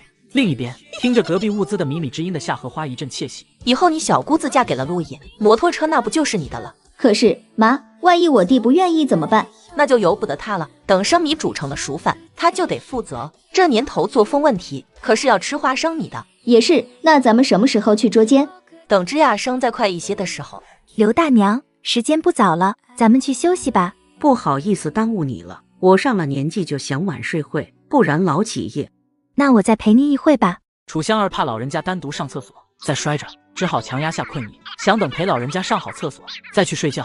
刘老娘有一搭没一搭的找楚香儿聊天，其实就是不想让香儿睡，拖着她，得让她眼睁睁的看着她的丈夫是怎么背叛她的。正说着，突然传来敲阳瓷盆的砰砰声。不得了了，不得了了，我家进贼了啊！进贼了！香儿大吃一惊，赶忙就往外跑。刘老娘心里则一阵大喜，终于成了，这夏陆野以后就是我的女婿了，两家合一家，亲上加亲。贼在哪里？在陆野睡觉那屋啊！陆野！楚香儿闻言魂都吓飞了，于是大喊一声，狠狠撞过去。别撞门，野哥不在。二郎正奋力耕作到高峰时，突如其来的撞门声给他吓得一下子僵住了。现在他和女人分不开了，只能带着女人勉强爬到门后，用桌子将门顶住。刘昌平也意识到睡错人了，整个人仿佛被雷电劈中，脑子里一片空白。那你是谁？我是二郎，野哥让我来帮他拿东西，谁知我一进门就被贼人压了。野嫂，你快帮我喊野哥来，我害怕。好，那你当心点，我这就去喊。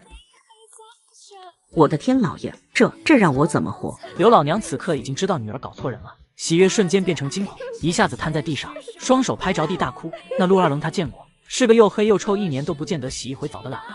我那可怜的如花似玉的女儿啊，竟然委身于了这种人。夏荷花、陆美兰，你们还我女儿清白！刘老娘蹦起来就要撕扯亲家和儿媳。夏荷花和陆美兰被骂得一脸颓败，不敢还嘴。关键时刻还是刘昌盛聪明。妈，你等等，要不咱把门砸开，藏起陆二愣，回头一口咬定是陆野干的。这主意好，婆婆你继续哭，骂陆野。刘老娘瞬间领会到了，立刻又拍着地开哭。陆野，你怎么能毁我清白的女儿？她还是个黄花大闺女。陆野，你敢玷污我妹子，我和你拼了！刘昌盛煞有介事的大喊一声，没看到黑暗处一个身影迅速闪匿。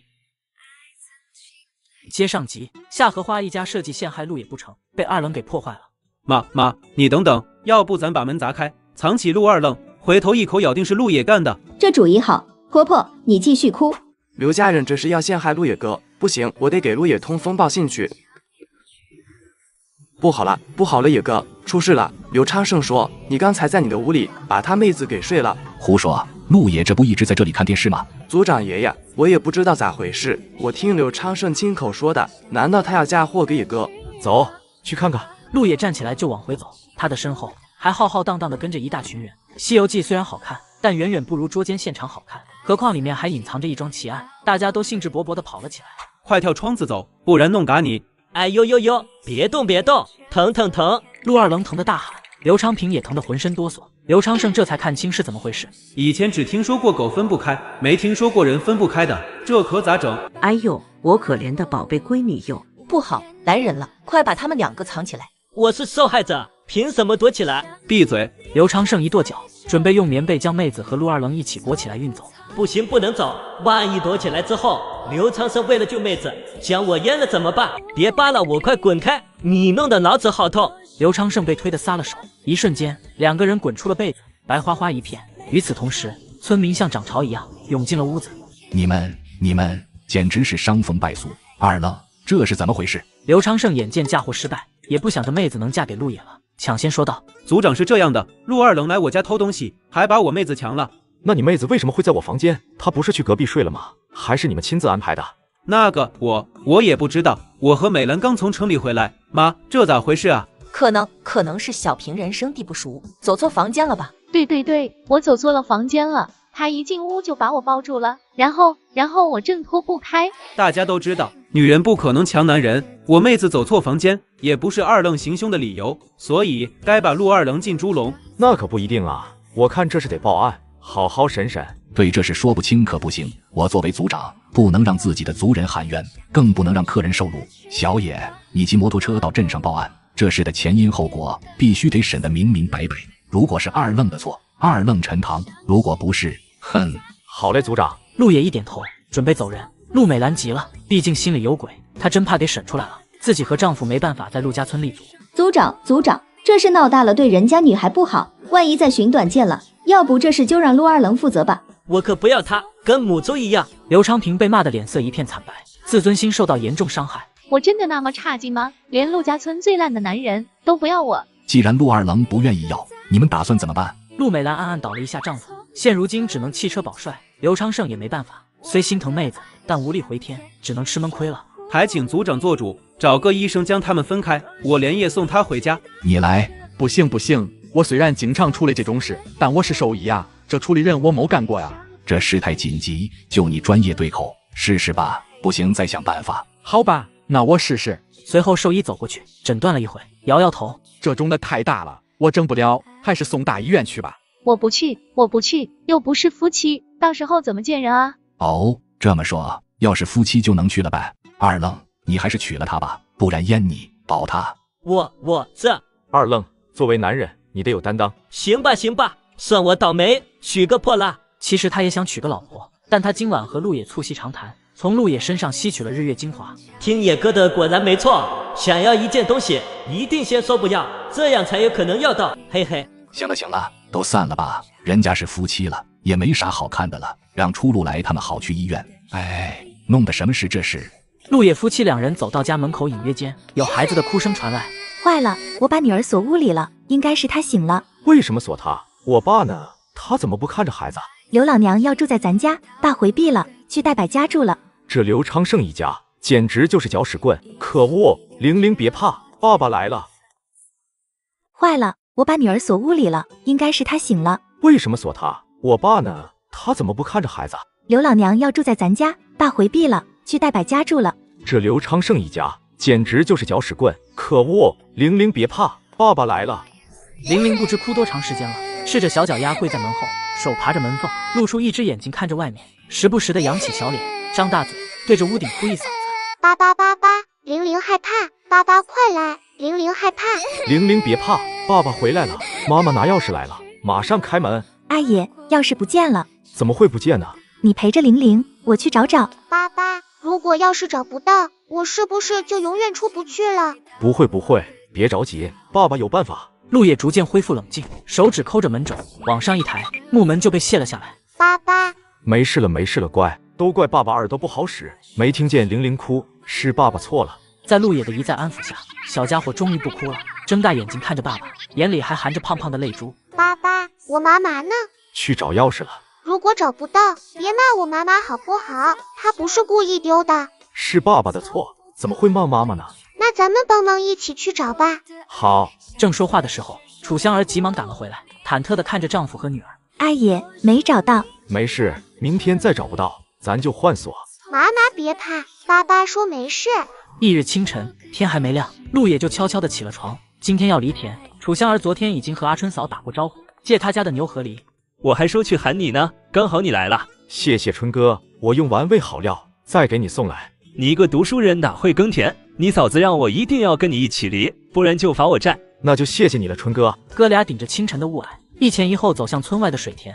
兄弟，你家的田怎么被人犁过了？犁过了，确实犁过了，而且手把挺好，应该出自一个老庄稼人之手。难道是二叔犁的？不是我吧？他还病着呢。那会是谁呢？两人正疑惑着，突然听到不远处的沟渠里有响声，循着声音望过去，只见沟渠旁边停着一辆牛车，车上拉着犁，车把上还挂着马灯。一个老人刚从沟渠里上来，应该是刚犁好田，去沟渠里洗腿。哟，这不是楚老伯吗？香儿妹子的父亲。老人家这是怕女儿挨累，连夜犁的田，2亩水田，说多不多，说少不少，但够老人家干一整夜的。陆爷整个人待在那里。兄弟，咱得去打个招呼，喊老人家回家歇息，吃口饭再走。听到陆阿春提醒道，陆也如梦方醒，迈着大步追了上去。爸，回家歇歇吧，香儿和玲玲都挺想您的。楚山摇摇头，牵着牛继续走，整个人显得非常深沉。陆也没再追，目送着老丈人离开。兄弟，怎么没留住他？陆也摇摇头，他就是跪下，老丈人也不一定理他，人家只认女儿，来犁田也是为了女儿，而不是他。等忙完这段时间，我再带着香儿和玲玲去老丈人家赔罪吧。楚香儿一觉醒来，天已经大亮了，意识到丈夫可能已经去田里干活了，于是赶忙穿好衣服，准备去田里帮忙。扭头看到女儿玲玲还在熟睡，楚香儿想起昨晚把孩子单独留在家里，孩子都吓着了，又将女儿包好，抱着出了门。妹子，我今天就正式上班了。提起上班，楚香儿脚步一顿，心头噌地窜出一股怒火。这份工作是她丈夫10年寒窗才考上的，却被无耻小人抢了去。二虎他爸，你今天头次上班，我给你放串鞭炮，庆贺一下。陆美兰喜滋滋地走了出来，手里提着一串大地红，几个儿子连同夏荷花都欢呼雀跃，如同过年，仿佛昨夜发生的悲剧和他们无关似的。楚香儿怕吓到自己的孩子，抱着女儿快跑了几步。3个男孩见他跑完心大起，点了一个窜天猴，对着母女俩就放了过去。窜天猴撞上楚香儿的肩膀，瞬间在她肩上炸了，崩了玲玲一脸。玲玲本来熟睡的，这会被吓得浑身一抖，小手晃了晃，嘴巴张得圆圆的，半天哭不出声音。你们干什么？吓到我孩子了。吓到就吓到呗，又不是男孩，丫头值什么钱？你说的是人话吗？楚香儿气得柳眉倒竖，走过去一把扯过爆竹，丢了出去。你疯了啊！她又不是刚出生的婴儿，都3岁多的老姑娘了，有什么好怕的？别人家这么大的女孩，早就煮饭做菜了，谁像你们这么惯着，没家教？那你再生一个女孩，3岁就让她煮饭，给我们看看，我们也好学学。你弟，楚香儿妒忌你姐夫去上班，把爆竹给我扯烂了，他简直就是一泼妇。是你儿子先放窜天猴，吓到我孩子的。哦，既然是我媳妇给扯烂的，那我来给接好。说着，陆也就蹲在地上开始接鞭炮。楚香儿看了眼丈夫，心里失望极了，抱着女儿无力地走向自家的院子，眼泪都快出来了。给修好了，多简单的事，值得大惊小怪。谢谢舅。有份体面工作就是不一样，连高傲的小舅子也得巴结我了。我来点鞭炮。二弟，往舅妈那边举。刘小二配合得不错，想赶在舅妈进院子之前将鞭炮点上，再下台一家伙。不知是大虎太着急了，还是鞭炮太不结实。随着一声巨响，鞭炮裂成2、3段，一段滑到挑竹竿的刘小二的手上，一段掉进了刘大虎的裤裆里。2个男孩吓得嗷嗷叫，满地打滚，但丝毫摆脱不了爆竹的追杀。空气里除了有刺鼻的火焰，还有浓浓的烧焦蛋白质的味道。而陆爷早就飞奔到妻子身边，弯腰捂住了女儿的耳朵，勾唇对着女儿扮鬼脸。玲玲被爸爸逗笑了，不怕了，咧着小嘴回望着爸爸。阿爷，是你。楚香儿急忙拉着丈夫进了院子，狐疑地看着他。如果说这不是他刻意报复，谁能信？解气吗？不过是不是太狠了？狠吗？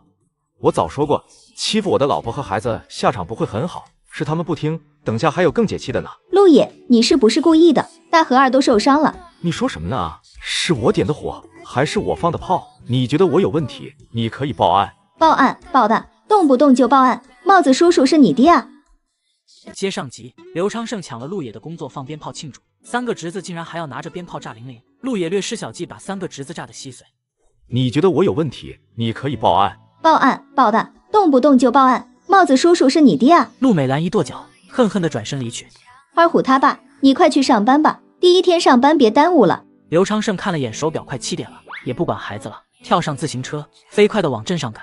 喂，你谁啊？你不认识我了，我是新报道的刘昌盛老师啊。去一边玩去，今天是有新老师报道，但不是你。啥？不可能，板上钉钉的事，怎么能说不是我呢？陆爷你认识吧？他上周带我来过一次，什么手续都办好了，就等今天报道了。那我可不知道，没人通知我。我要见校长。去，一边玩勺子蘸白糖去。校长是你一个小人物，想见就见的吗？你，刘昌盛气结，但很快就识相的拿出一包烟，笑着塞给门卫，帮忙吧，大叔。等着，我帮你喊去。此时校长正在巡班，恰好就巡到大门口附近的一个班级，老门卫还没走10步呢，就把校长喊来了。我去，快亏死了，又白折了一包烟，真是处处是坑啊！校长，您记得我吗？你是谁？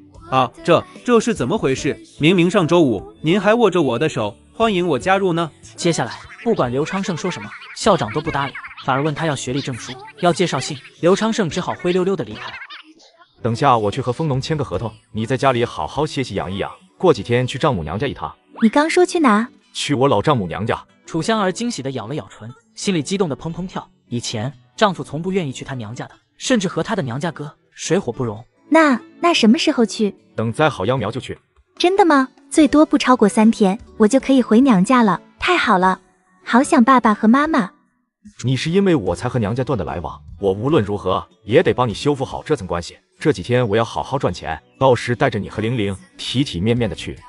不是你的原因，那是因为婆婆。妈，你跟陆野说说，让他再帮忙，我不甘心就这样失去机会。陆野现在也是个农民了，你觉得他能帮得到你吗？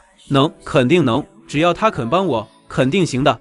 那你自己去求他吧，他现在眼里已经没有我这个妈了。刘昌盛刚出门，正巧碰到陆野带着女儿骑上摩托车要出门。小舅子，你陪我去一趟学校。你能付我多少钱？我的时间很紧张的，我赚钱的速度都是按秒计算的。我们可是一家人，怎么能提钱？多生分。亲兄弟明算账，我一直把你当亲哥哥看待，这账不算才显得生分。这，记住，我捧你的时候你是个杯子，一旦我放手，你就是个玻璃渣子。给你脸的时候你得要。其实这句话我是想拍着你的脸说的，但你的狗脸上全是油，我不想脏了手。我记恩也记仇，别着急，后面还有更好玩的呢。明白了，我全都明白了，我被这小子阴了。这份工作之所以会丢掉，全是陆野搞的鬼。不管了，报仇，我现在就要报仇，让陆野变成活王吧。目送陆野走远，刘昌盛心里产生一道歹念，从自家的院子跳到楚香儿的院子。刘昌盛翻过去后扑了个空，此时的楚香儿已经出门给公公送早饭去了。刘昌盛心头闪过浓烈的不甘，在屋子里一阵乱翻，最后翻到了楚香儿的肚兜，放在鼻子上嗅了嗅。刘昌盛陶醉的闭上眼睛，太香了，比我闻过的任何女人都香了不知多少倍。工作没了算什么？我也去卖蜂蜜赚钱不就行了？等赚了钱打倒陆野，何愁得不到楚香儿？想到这里，刘昌盛又有了动力，将楚香儿的2个肚兜都揣怀里，翻过墙头，然后偷偷摸摸来到老相好翠芬家。此时的陆野已经和蜂农签好了合同，盘踞在村外的几家蜂农也都和陆野签了合同。毕竟陆野收购的价格比2道贩子高很多。随后陆野骑着摩托车前往村里的鱼塘和楚香儿会合，等下他们要到镇上办理分户手续。之前陆野夫妇的户口是和夏荷花刘美兰一起的，而玲玲一直没上户口，是个可怜的小黑户，趁着分家把户口也分了。小静啊，以后你就住我这吧，那样我就能天天吃到香儿做的饭菜了。吃一顿得了，别贪心不足，这饭菜贵着哩。好吃好吃，简单的粉丝馅包子怎么能做得这么香？我直系的厨艺当属第1名。正说着，陆野骑着摩托车来了，小玲玲第一时间跑到爷爷跟前告状：爷爷，大爷爷，刚才大虎、二虎拿鞭炮炸我了，就这，可疼了。这还了得！我今天非把他们赶走不可，即便陆野护着他姐，我也得赶走他们。再缓缓吧。陆静对大哥使了个眼色，陆唐知道弟弟有把柄在夏荷花手里，瞬间怂了。大爷爷以后肯定给你报仇。爸爸刚才已经给我报过仇了。说起爸爸，小玲玲的小嘴瞬间停不下来了。你爸爸真厉害。我爸爸最厉害了。小爷爷懂事了，知道在老婆孩子身上花功夫了。吃完饭，陆野带上妻女开心的赶往镇上办户口。陆野教了几年书，有点人脉，各项流程走的都比较顺利，户口本很快办下来了。楚香儿妈撒着小本本，看着户主陆野的字样，又看看自己与户主的关系，明明白白的写着妻，心里特有归属感。楚香儿，要知道你自己的身份，以后别忘了。忘了什么？别忘了到我坟前哭，别忘了，一定要比我活得更长，千万不要死我前头。虽然我知道这样很自私，但是我无法忍受想你的那一种孤独。我永远不会做对不起你的事情的。陆野忍不住心酸又想笑，他理解错了，他不是这个意思。回到家后，楚香儿将户口本小心翼翼地放在香笼里藏起来。突然，楚香儿发现家里不对，吓得心里一咯噔。阿爷，怎么了，香儿？家里招贼了。看看少了什么没有？钱没少，就是我的肚兜不见了。谁特么的这么下流？陆野突然想到刘昌盛被他羞辱过后那不甘心的表情，突然明白了什么，扭头就往隔壁院子走去。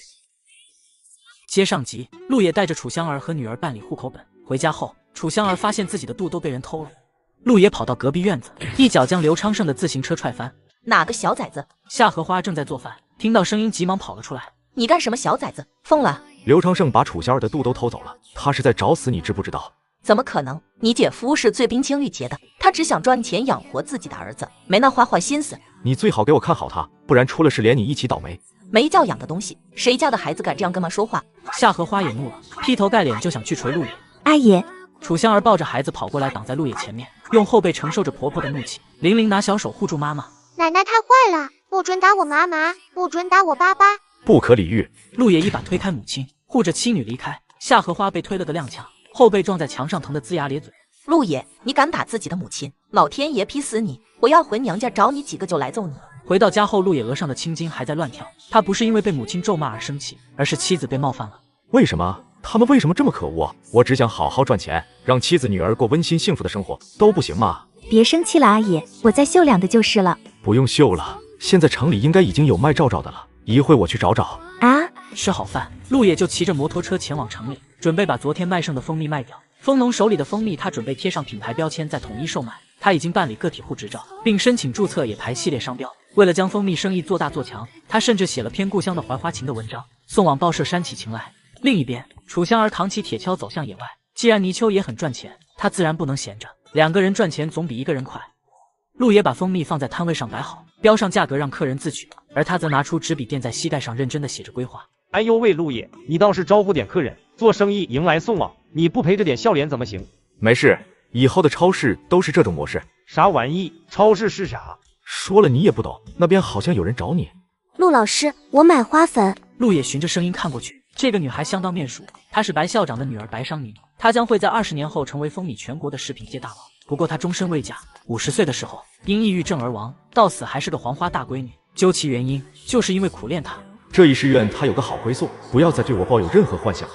不卖，不卖，凭什么？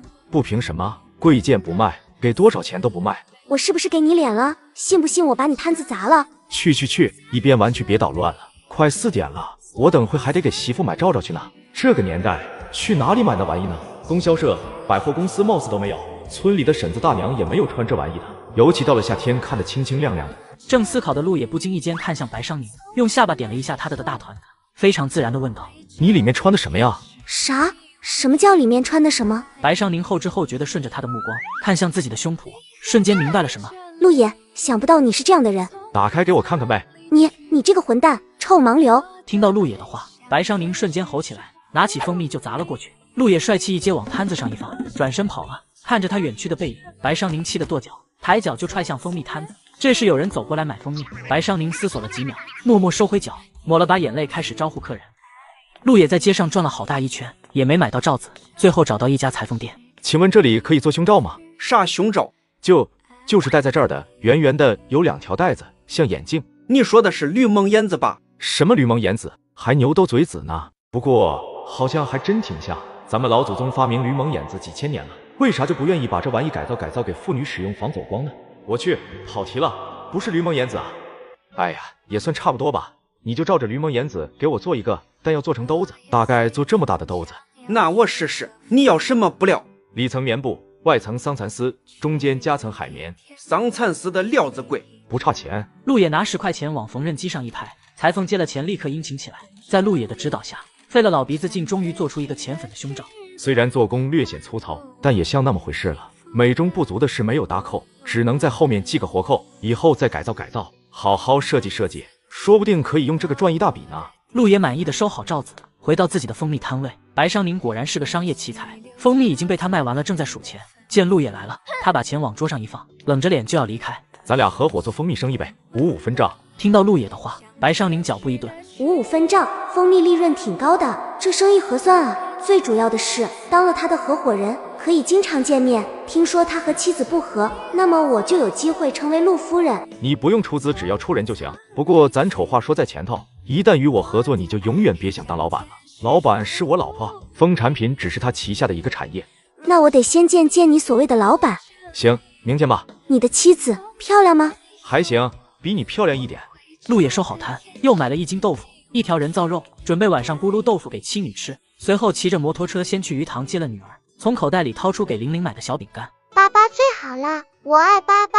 小家伙给爸爸喂了一块，自己也吃了一块，剩下的都包起来准备和妈妈一起吃。回家的路上碰巧看到陆美兰推着板车从医院回来了。她不会骑自行车，推着板车到镇上的医院，一来一回，光在路上就要耗费3个钟头。陆野看着姐姐吃力的推着车子，心里莫名一阵烦躁。该死的刘昌盛，明知道孩子受伤了，也不去医院找这娘仨。舅舅，你看他们伤成这样，不心疼吗？接上集，陆野去城里给媳妇买照，回来路上碰到姐姐推着受伤的儿子从医院回来。该死的刘昌盛，明知道孩子受伤了，也不去医院找这娘仨。舅舅，你看他们伤成这样，不心疼吗？我为什么要去心疼伤害我骨肉的人？我只心疼自己的孩子，他们有自己的父母，心疼就够了。如果我去心疼他们，那我女儿怎么办？她只是个女孩，迟早要嫁人的，嫁人了就是别人家的人，你对她再好又有什么用？明明你自己也是女的，也嫁人了，为什么还要歧视别的女孩？说完，陆野从兜里拿出一份遗嘱。我陆野的所有财产，在我去世之后，全部留给我女儿陆依玲一个人继承，其他任何人不得参与继承，不得共有。我已经找公证处盖好章了。陆野，你好自私，你太让我失望了，你变坏了。以前你不是这样的，以前你肯定会把财产给你3个侄子的。我就是这么自私，我的自私又没有伤害别人，我不觉得这种自私有什么错。还有这2个男孩心术不正，害人害己，如果不改，以后还会有更大的麻烦。慈母多败，我劝你自己也反省一下吧。陆野规劝了姐姐一句，骑着摩托车扬长而去。陆美兰见到陆野的那份遗嘱，让她感觉天都塌了，步伐沉重地走进院子。妈，昌盛下班了没？他今天教书顺利吗？别提了，工作丢了，学校的门都没让他进啊！工作丢了。听到夏荷花的话，陆美兰感觉天又塌了一次，眼白一翻，整个人往后一仰，嘎一下晕了过去。另一边，陆野带着女儿回到家，却发现楚香儿不在，应该又去下田了，让她在家里歇着就是不听话。思考之余，楚香儿拉了个板车回来了，她的身形纤细，和笨重的板车形成强烈的对比。爸爸看，妈妈回来了。我不是让你在家养身体吗？出去做什么了？我挖了点泥鳅。你不是最怕泥鳅的吗？哪来的勇气捉这么多？我听你说泥鳅可以卖钱。我是说可以卖钱，但没让你去挖呀。以后我去挖，知道了吗？可是我怕你累手。我一个大男人，怕什么累手？以后没我的安排不准下田，听到没？妈妈，快说听到了。玲玲唯恐2人在吵架，从中间调停。听到了。为什么舅舅家天天吃肉，我们却要喝野菜汤？我要吃肉。你爸爸去进货了，等你爸爸赚了钱，也让你天天吃肉。刘昌盛见陆野卖蜂蜜挣了钱，认为自己并不比陆野差，于是决定也去卖蜂蜜挣钱。妈，你等会一定要让小野把摊位让给他姐夫啊！实则生变，不行，我现在就得去。夏荷花也不想喝野菜汤，站起身准备到儿子家蹭点肉吃，于是轻手轻脚的来到儿子家门口，见陆野和楚香儿非常恩爱，他不由得心里非常反感。他们夫妻倒是同心了，那美兰一家怎么办？二嫂，你怎么站在外面？别提了，家门不幸啊。啥事啊？怎么了？他婶子都是自家人，也不怕你笑话。楚香儿一天到晚的拉着我儿子做那种事，这不天还没黑呢，就开始眉来眼的了，我都不好意思进去了。啧，人家楚香儿这叫有手段，可不像咱，一辈子没得到过丈夫的疼爱。这话就像一把刀子扎在夏荷花心脏上，夏荷花的脸色瞬间都变了。嫂子，我可没说你哈。你看整个陆家村的夫妻，哪个不是搭伙凑合过日子？对，谁家不是凑合过日子？凭什么楚香儿和别人不一样？他几次设计撵走楚香儿，都以失败而告终。现在儿子又沾上了楚香儿，他都不知该怎么办了。对了，嫂子，你听说没？今天下午几个水泥厂的小伙来找楚香儿，见陆野在家又都走了。有这事？夏荷花眼前一亮，猛地想到一个好主意。这次我要好好筹划，必须赶走楚香儿。夏荷花走进院子，陆野见母亲来了也没说话，继续吃饭。楚香儿依然保持礼数，摆上碗筷，又让玲玲搬个凳子，邀请婆婆一起吃饭。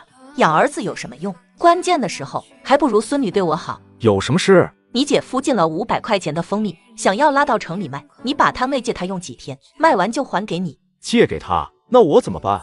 哎呀，看在我和你姐的份上，你就让你姐夫这一回吧。周围几个村的蜂农都跟我签了合同，刘昌盛从哪里进的蜂蜜？还进了500块的，估计把家底都压上了吧。城里卖蜂蜜的那个光头佬一直垄断着那块蜂蜜市场，估计这2天就要对我动手了。既然刘昌盛想当替死鬼，我也不好拦着。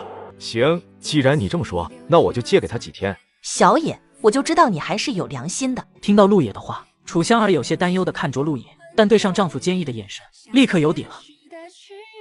接上集，刘昌盛见陆野卖蜂蜜挣了钱，于是把家里所有的积蓄全用来收购蜂蜜，又让夏荷花去找陆野，让陆野把蜂蜜摊位让给他。行，既然你这么说，那我就借给他几天。小野，我就知道你还是有良心的。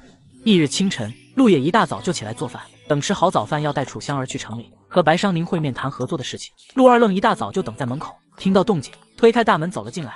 爸爸，有人来我们家了。好嘞，我马上出去。野哥，谢谢你帮我弄了个媳妇。你可别乱说，我只是让你帮我拿被褥，你没帮我拿回来就算了，别的事可不要往我身上扯，跟我一点关系也没有。啊，对，我就是帮你拿被褥。野哥，昨天我也抓了一些泥鳅，你帮我也买被，我娶媳妇的钱还没找到呢。那你先回去收拾一下，等下跟我一起去城里，只要你听话，赚到娶媳妇的钱肯定没有问题。谢谢野哥，那我先回去准备一下去。好嘞，去吧。吃过早饭，楚香儿穿上丈夫给买的新衣服，出发去城里。她把所有的钱都拿上，准备存起来，放家里太不安全了。我们又不是陆家村人，修你们村的桥凭什么让我们出钱？全村的人都是不出钱就出力，凭什么就你家什么都不出？不是陆家村人就滚出陆家村。对，滚出去！前几天还抢人陆野的房子，现在又说不是陆家村的了。谁撵我女儿，谁给我养老。夏荷花见大家要赶走自己女儿，立马露出无赖的嘴脸，往地上一躺，众人立刻不吱声了，吓得往后退，怕夏荷花这个鬼见愁真到他们家吃晚饭。村长见状也是没有办法，只能唉声叹气。不要为难了叔，修桥的钱我一个人出了。什么？你一个人出？修桥可是得花200块啊！众人倒吸一口气，面面相觑。在农村来讲，200块这可是天文数字。夏荷花听到陆野要自己出钱，瞬间蹦起来斥责儿子：“你傻！你有钱给妈多好，凭什么拿去给外人？”媳妇拿钱。等一下，陆野，你该不会想修好桥之后收过桥费吧？对，你是不是想赚我们的钱？各位叔叔伯伯多虑了，陆家村这块土地养育了我，我身上流淌的是陆家人的血，从小闻着洋槐花的香味，在这座桥上玩耍着长大，我只想为自己的家园做点贡献。好，说得好，这是咱们的家，咱的桥，大家有钱出钱，有力出力，这才是陆家子孙该做的。众人被陆野一番慷慨激昂的陈词感染，顿时热血沸腾，纷纷又从口袋里掏起钱来。我也要做贡献。小玲玲也把自己的零花钱拿出来。村长爷爷，这是我的2块。好，谢谢玲玲，玲玲真乖。各位老少爷们，大家都不富裕，咱们把钱收起来，就花陆野的。他爸身体不好，咱就把功德让给他，就当为他爸祈福了。不，村长，咱们一把年纪了，可不能还不如这小娃娃的觉悟高啊。对，这钱拿来后续修缮也行，咱把桥造得漂亮点，刻几只小石狮子，留给后世子孙欣赏。最后大家达成一致意见，陆野的钱修建桥的主体，上面的雕栏玉砌由其他村民集钱共同打造，桥的名字就以陆野父亲的名字命名。陆野的爹叫陆敬，那么桥的名字就叫敬桥。好名字，这个名字寓意真好，提醒咱们陆家村人要互敬互爱，团结一心。谢谢各位父老，等造好桥，咱们手头宽裕了再修路，有桥有路不愁不富。我有事就先走了。陆野这孩子真挺好，咱以前误会他了。人家香儿也好，咱们有个跌打损伤，香儿帮艾灸拔罐，从没收过钱。你不会怪我拿那么多钱出来吧，香儿？傻瓜，我怎么会怪你？谢谢你媳妇，我这一辈子绝不会辜负你的。咱们好好的把女儿培养成人，有富余的精力就为国家为集体做点贡献，帮助困难的人。我为你骄傲，陆野，我真得可自豪了，我没嫁错人，我爱你。爸爸，我也爱你。很快陆野一家就到了城里，陆野先找了家邮局开了个户，把钱全都存妻子的名下。阿爷，要不还是存你户头上吧，你以后做生意难免要流动资金。这些钱是咱家的积蓄，你放心拿着，做生意的钱咱们分开放的，别担心哦。等下我要去接陆二愣，到时你先和白商宁聊着，我和白商宁约好的是10点，到时这个点来的女人，你问一下。随后陆野将妻女送到胜利饭店，为他们点了2份汽水，还有几碟小零食，这才离开。不久后，白商宁和一身男装的白牡丹来到了胜利饭店。这是谁家的老婆女儿？咋这么漂亮？白牡丹更是看直了眼，因为白牡丹本身就喜欢女人，她常年梳着男士发型，一年四季戴着礼帽，围着白围巾，其实就是模仿许文强。此女子因天上有，不知为何在人间。楚香儿听到轻佻的声音，微微蹙眉，看过去。你好，请问你是白商宁女士吗？我是白商宁，您是？我叫楚香儿，是陆野的妻子。啥？你是楚香儿？陆野妻子不是农村妇女吗？她哪里农村了？比城里姑娘还城里好吗？哎，我打扮了4、5个小时，请本城顶级化妆师给化的妆，怎么？见妹妹失态，白牡丹微笑着朝楚香儿伸出手。香儿你好，我是白牡丹，桑宁的姐姐。楚香儿出于礼貌，把手递过去。白牡丹一把捉住楚香儿的手，刚想感受柔仪带来的美妙滋味，突然一愣，这么漂亮的手，怎么会有茧子？你丈夫对你太不体贴了，怎么能让你干种活呢？看把这小手造的啊！白牡丹惋惜不已。楚香儿眼皮突然一跳，不动声色地收回手。这人怎么回事？不男不女的，不怀好意，我有点摸不清路数，希望阿姨快点回来。这人怎么回事？不男不女的，不怀好意，我有点摸不清路数，希望阿姨快点回来。另一边，陆野骑着摩托车去接陆二愣，谁知找来找去都找不到陆二愣。就在他准备不找了回去的时候，在一个小巷子里看到一群人围着条泥鳅，津津有味地讨论着刚才有人打架的事。陆野上前一打听，才知道被打的人居然是陆二愣。这哪跟哪呀？光头佬为什么要打陆二愣？陆二愣拉的是泥鳅，又不是蜂蜜，和他不搭嘎啊！请问打架的人现在在哪里？已经被带进局子去了。陆野赶到局子后，这才搞清楚来龙去脉。原来陆二愣头次进城不知道路，刚好刘昌盛去城里卖蜂蜜，他就跟在刘昌盛后面。而光头佬断定陆野今天还会来城里卖蜂蜜，就带着人在这条路上等着。然而光头佬没等到陆野，却等到了卖蜂蜜的刘昌盛。光头佬本想吓唬刘昌盛几句，让他不敢进城就完事，但是一听刘昌盛说是陆野的姐夫，瞬间就怒了。刘昌盛慌乱之下出卖了陆二愣，说陆二愣才是陆野的人，而他和陆野虽是亲戚，但反目成仇了。于是陆二愣就被打了，叽里呱啦，叽里呱啦。哎呦呦，我头疼，耳朵流血了，估计脑浆淌出来了。警察同志，我们要求验伤。别，兄弟，哥已经知道错了，这是赔泥鳅的钱，6桶泥鳅50块钱一桶，你看行不？差不多吧，看在你挺有诚意的份上，毁坏他人财物罪，我就不追究了。但陆二愣的伤该验还得验，我得为他负责啊。不行，一定不能让他们去做鉴定，这要是鉴定出个脑震荡、脑损伤啥的，我不得去吃牢饭？我也算是有头有脸的人，要是吃了牢饭，以后还咋立足啊？我们不接受道歉，不原谅，不和解。我的宗旨是把每个坏人都送上法庭。怎么办，光哥？这次碰上硬茬了，这种文化人动不动就要将人告上法庭，咱们有不少见不得光的事，一旦被翻出来，后果不堪设想啊！兄弟，咱们好好谈谈，行不行？我除了赔陆二愣兄弟1000块钱，另外再让间店铺出来给你死，行不行？2间、3间。二愣把谅解书签了吧？好的，野哥。陆二愣签了字，拿到1000块钱，瞬间头也不疼了，拉着板车走人。跟着野哥混，吃香喝辣还有钱花，太爽了！这下娶媳妇的钱够了。小舅子，你把我也捞走啊！你闭嘴！你这一车都是假命，等工商来人处理。10分钟后，陆野回到胜利饭店，却发现媳妇不见了。玲玲倒是乖巧在那坐着，旁边是白尚宁陪着。爸爸，妈妈呢？她去厕所了。楚香儿绝不会把女儿交给一个第一次见面的人，就算是去洗手间也会带着女儿。你没欺负她吧？我欺负她，她送2个这玩意给我当礼物，到底谁欺负谁啊？陆野瞥了眼白尚宁贫瘠的胸膛，用21世纪的话说，它是个飞机场。而楚香儿不太懂，以为女人用的型号都差不多，所以按自己的尺码给白尚宁做了2个。非常抱歉，好像确实有点失礼了。快闪开！你再敢拦着，我就喊人了。你喊啊！你就算喊破喉咙，也不会有人来救你的。这偌大的胜利大饭店，掌权人姓白，懂了吧？难怪白尚宁邀约在胜利饭店，原来是他家开的。玲玲还在外面，我必须赶快回去。跟着我不好吗？男人最不可靠了，他们娶媳妇就是想要个免费保姆和免费的生育工具，而我既不需要你生娃，也不要你做家务，更没有刁钻的婆婆和不讲理的大姑姐挑你的理，你只享福就行。敢欺负我的女人，你找死！爸爸揍他，他欺负妈妈，他是坏人。兄弟，我就开个玩笑，别那么激动嘛。那我也和你开个玩笑。别打了，误会，都是误会。此刻正在座位上的白尚宁突然感觉自己听到堂姐的惨叫了。怎么还会有表姐的声音？不好！白尚宁脸变色一变，站起来就往洗手间跑。刚到洗手间，他就看到堂姐倒在地上，一条胳膊已经断了。陆爷，你太过分了，她是女人。姐，这怎么回事啊？你不是走了吗？还不是怪你！你说他们2口子不和，整天闹离婚，我心想还有机会，就没走。哎呀，那是以前，我也不知怎么回事。陆野突然又对他妻子好了，搞半天你们欺负楚仙儿，因为我以前对她不好。连丈夫都不疼爱的女人，确实好欺负，你能怪得了别人吗？白尚宁，我真高看你了，以后就当不认识。香儿，咱们走。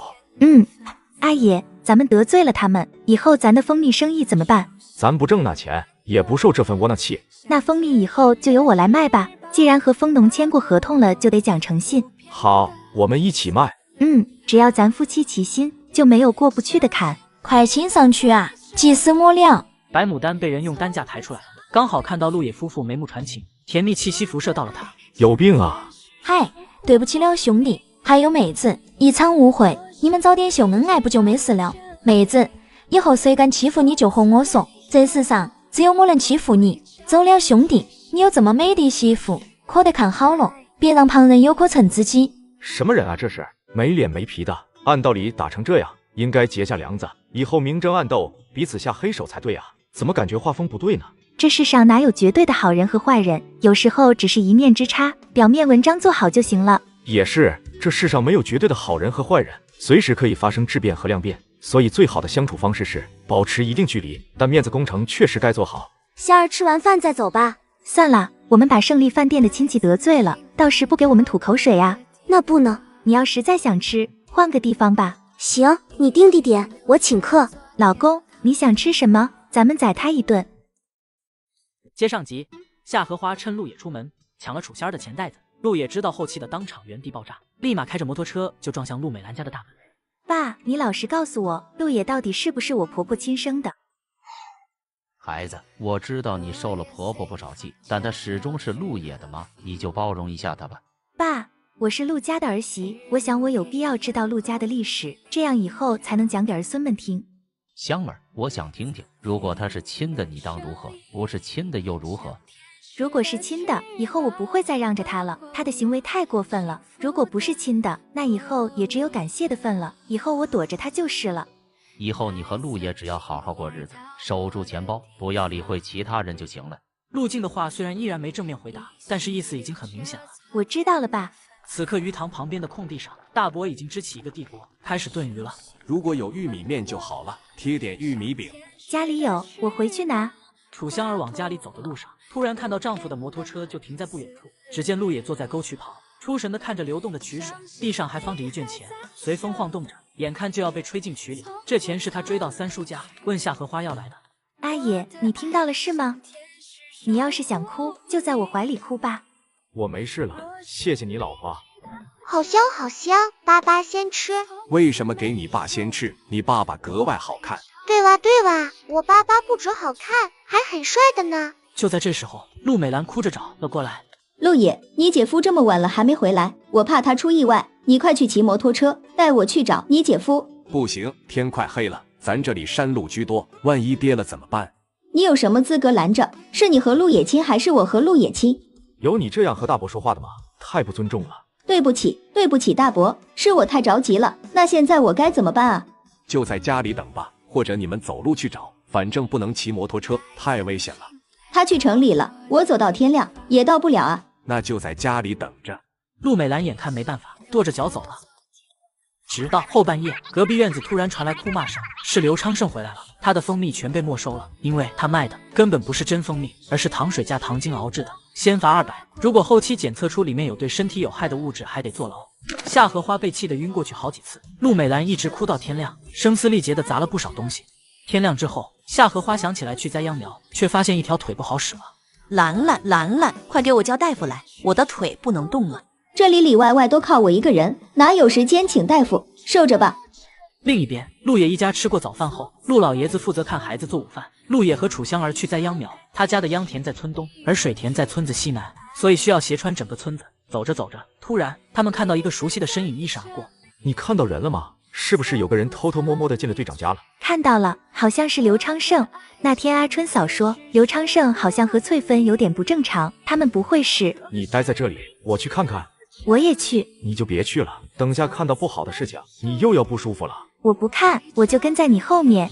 好吧。陆野没办法，只好带着妻子绕到队长屋后，抬手轻轻推了下窗角，瞬间露出一条缝隙。婶子，你把楚香儿的肚都穿上。穿了还要费劲脱，你也不嫌麻烦。这样才有意思，你穿上它，我看了更有感觉。这世上怎么会有这种不要脸的事情？看翠芬平时笑呵呵的，在村里人缘不错，也从不得罪人，想不到竟是这样的人。楚香儿高估了自己忍耐力，再次难受的捂住嘴，而陆野眼里的杀气越来越浓。你比我那婆娘强多了。陆美兰除了有个会赚钱的弟弟，啥技术都没有。我当初娶的人怎么不是你？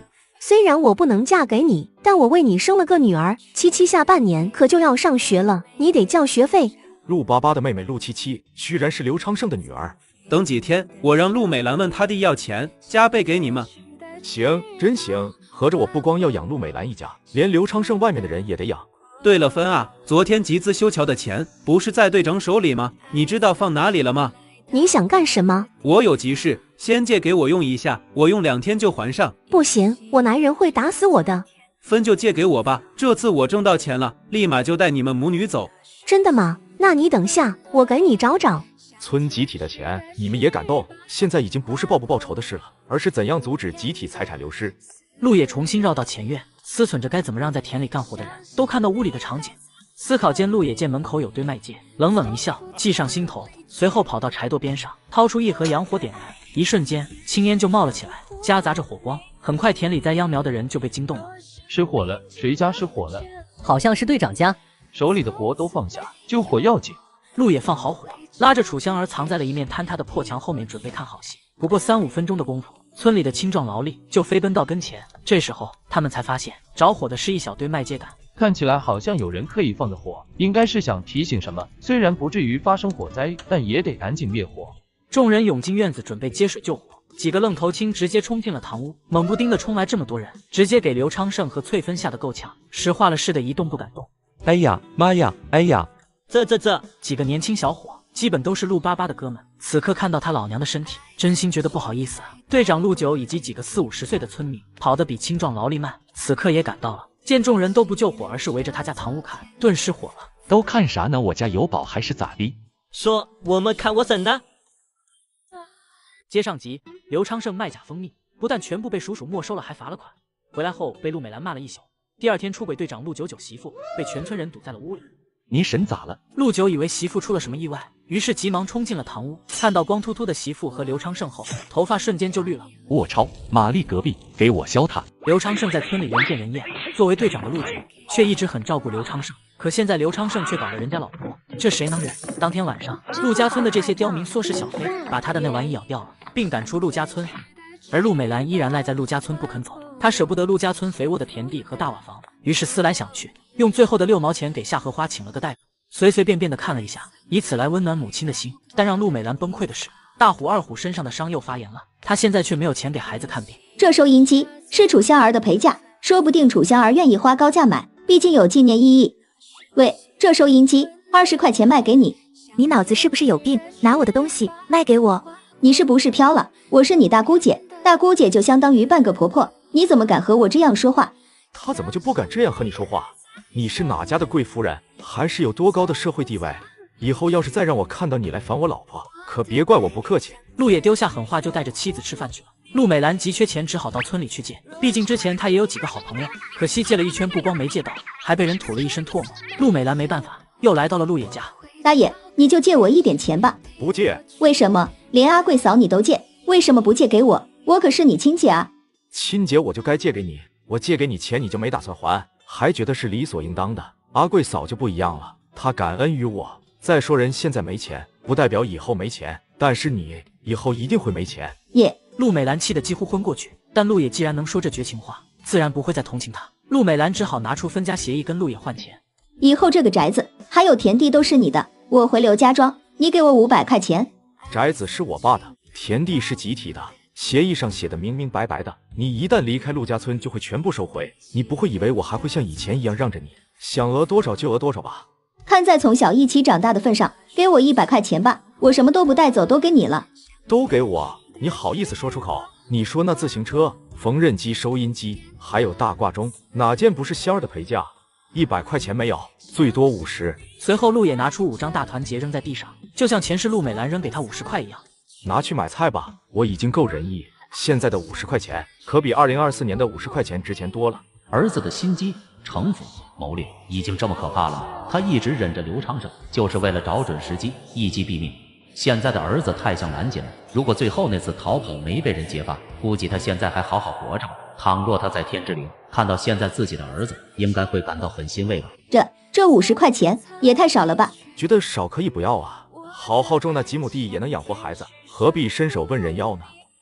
爸，50块钱太少了，您让弟弟再给我一点吧。您是一家之主，您说话他准听。在阿爷家他是一家之主，我说了不算。弟妹，你帮我和陆野说说，再给我100吧。你3个外甥现在正是花大钱的时候。我以夫为尊，丈夫说什么就是什么。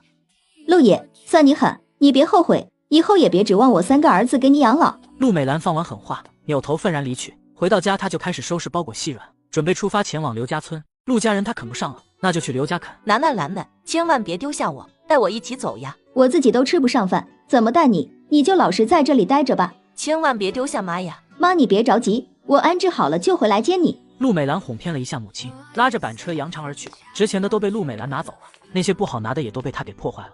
我辛辛苦苦一辈子，怎么会落到这个下场？难道是蓝锦的鬼魂在作怪？我们今天能栽多少是多少，等明天村里人应该都能完工了，到时我再请几个人帮忙。几盒烟的事，忙完这几天刚好蜂蜜店开业。好，今天我一个人在，你在地头陪着我就行。那怎么行？2个人干活不寂寞，而且快。陆野见他坚持和自己并肩作战，心里也暖融融的，也没再阻拦。表姐，我还有一点就栽好了，下午给你帮忙。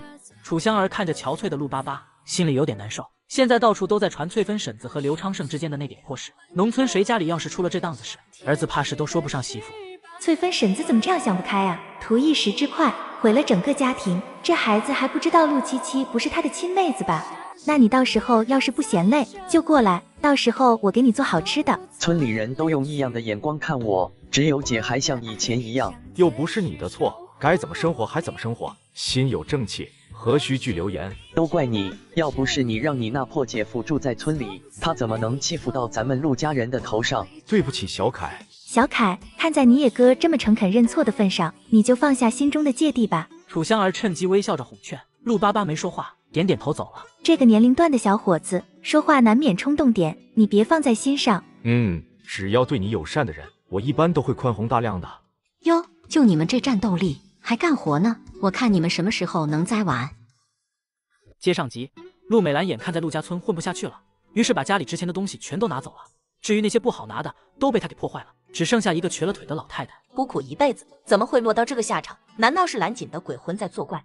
就你们这战斗力还干活呢？我看你们什么时候能栽完。老婶子，我们就慢慢栽，没事的。栽秧苗是有季节的，过了这几天苗就不长了，这都不懂还种什么地？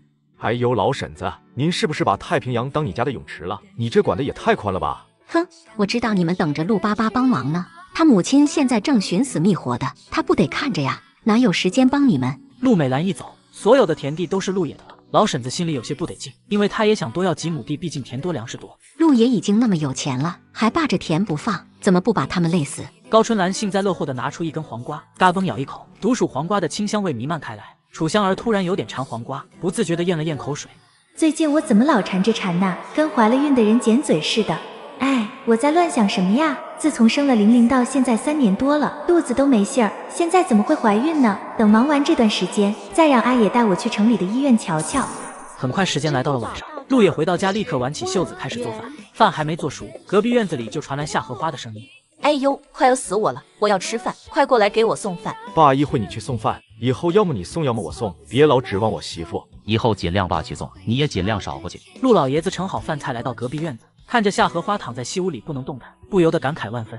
哎，几天前躺着的还是我呢，现在换人了，快吃吧。陆老爷子将饭递过去，夏荷花狼吞虎咽扒了起来。陆美兰好几顿都没给他吃了。吃饱喝足后，夏荷花擦了下嘴，又提出了要求，让楚香儿来给我按腿，给我艾灸。我腿吗？你平时要是对他好些，也许他还能给你按。如果他不给我按，我就把陆野的身世说出去。陆野之所以能上大学，那是因为我成分好。如果换成他的亲妈，他有资格上大学吗？蓝锦可是被判了死刑的。闭嘴！我就不闭，我要告诉所有人，陆野的亲妈蓝锦是资本家大小姐。是。陆老爷子没等他说完，一巴掌扇了过去。门外楚香儿来喊公公吃饭，听到他们的对话，震惊不已。蓝锦才是陆野的亲生母亲。姓蓝的资本家，他还真听老辈人讲过，蓝家曾叱咤10里洋场，风头一时无两。不过因为后来被清算，导致已经灭门了。难道婆婆就是出自这个兰家？夏荷花肯定知道很多内幕，我要想办法从夏荷花嘴里得到实情。楚香儿心里已经有了主意，悄悄退出院子，假装什么都没听到过。楚香儿走后，家里突然来了一个不速之客，陆野的前女友牛菲菲。阿姨，陆野好多天没去我的供销社了，他没什么事吧？这几天家里出了很多事，有楚香儿那扫把星在，能好吗？你给我闭嘴，不要在外人面前胡说八道。50多岁的人了，一点脑子没有。你敢训斥我，那你别怪我把陆野的身世说出来。说吧，我特别想知道，你们瞒了我20多年，到底瞒了些什么？我能瞒你什么？妈对你怎么样，你是知道的。全天下没有一个母亲会说妈对你怎么样，你是知道的这样的话，除非你不是我母亲。陆野，你怎么这样和阿姨说话呢？阿姨始终你的妈妈，难道你要背上不孝的罪名吗？你是以什么身份来掺和我家的事？是陆野最爱的人，这个身份够吗？我最爱的人只有一个楚仙儿，你算哪根葱？什么？你不爱我了？不，这不可能。说实话，丹凤眼虽然好看，但配上你这张大饼脸，注定和美没有什么关系。不知你哪来的底气，认为我丈夫会爱你？是售货员的身份给你的底气吗？大饼脸怎么了？只能说明我生活条件好。你丈夫前几天还去供销社看我这张大饼脸了，而且和你结婚的这几年，他一发工资就往我那跑。供销社不就是给人买东西的吗？我男人怎么就不能光顾了？你一个售货员，有权利挑选顾客吗？得亏你这是在供销社当售货员，倘若你在青楼当售货员，还得一双玉臂千人枕，半点朱唇万人肠呢。你说什么？青楼？好一个蛇蝎美人，这太侮辱人了，把我和麦的比喻在一起。楚香儿，你不是个善茬子，你不是个善良人，你配不上阿野。你以为你是谁？他和我配不配轮不到你说话，赶紧咕噜出去。陆野毫不怜香惜玉，将牛菲菲像撵狗一样撵了出去。我从没受到过这种羞辱，这是不能这样算了。谢谢你，阿野。谢我什么？我该谢你才对。谢谢你没帮他呀。楚香儿曾无数次设想过，假如有一天和丈夫深爱的牛菲菲狭路相逢了，将会怎样？大概率得低着头回避。想不到丈夫自始至终站自己这边，保护自己，甚至怒斥牛菲菲。对不起仙儿，以前都是我的错，以后就看老公怎么对你吧。走吧，都出去吧。儿媳不是想吃粽子吗？爸弄了些伟业还没包，一会吃完饭大家都上场，包得快些。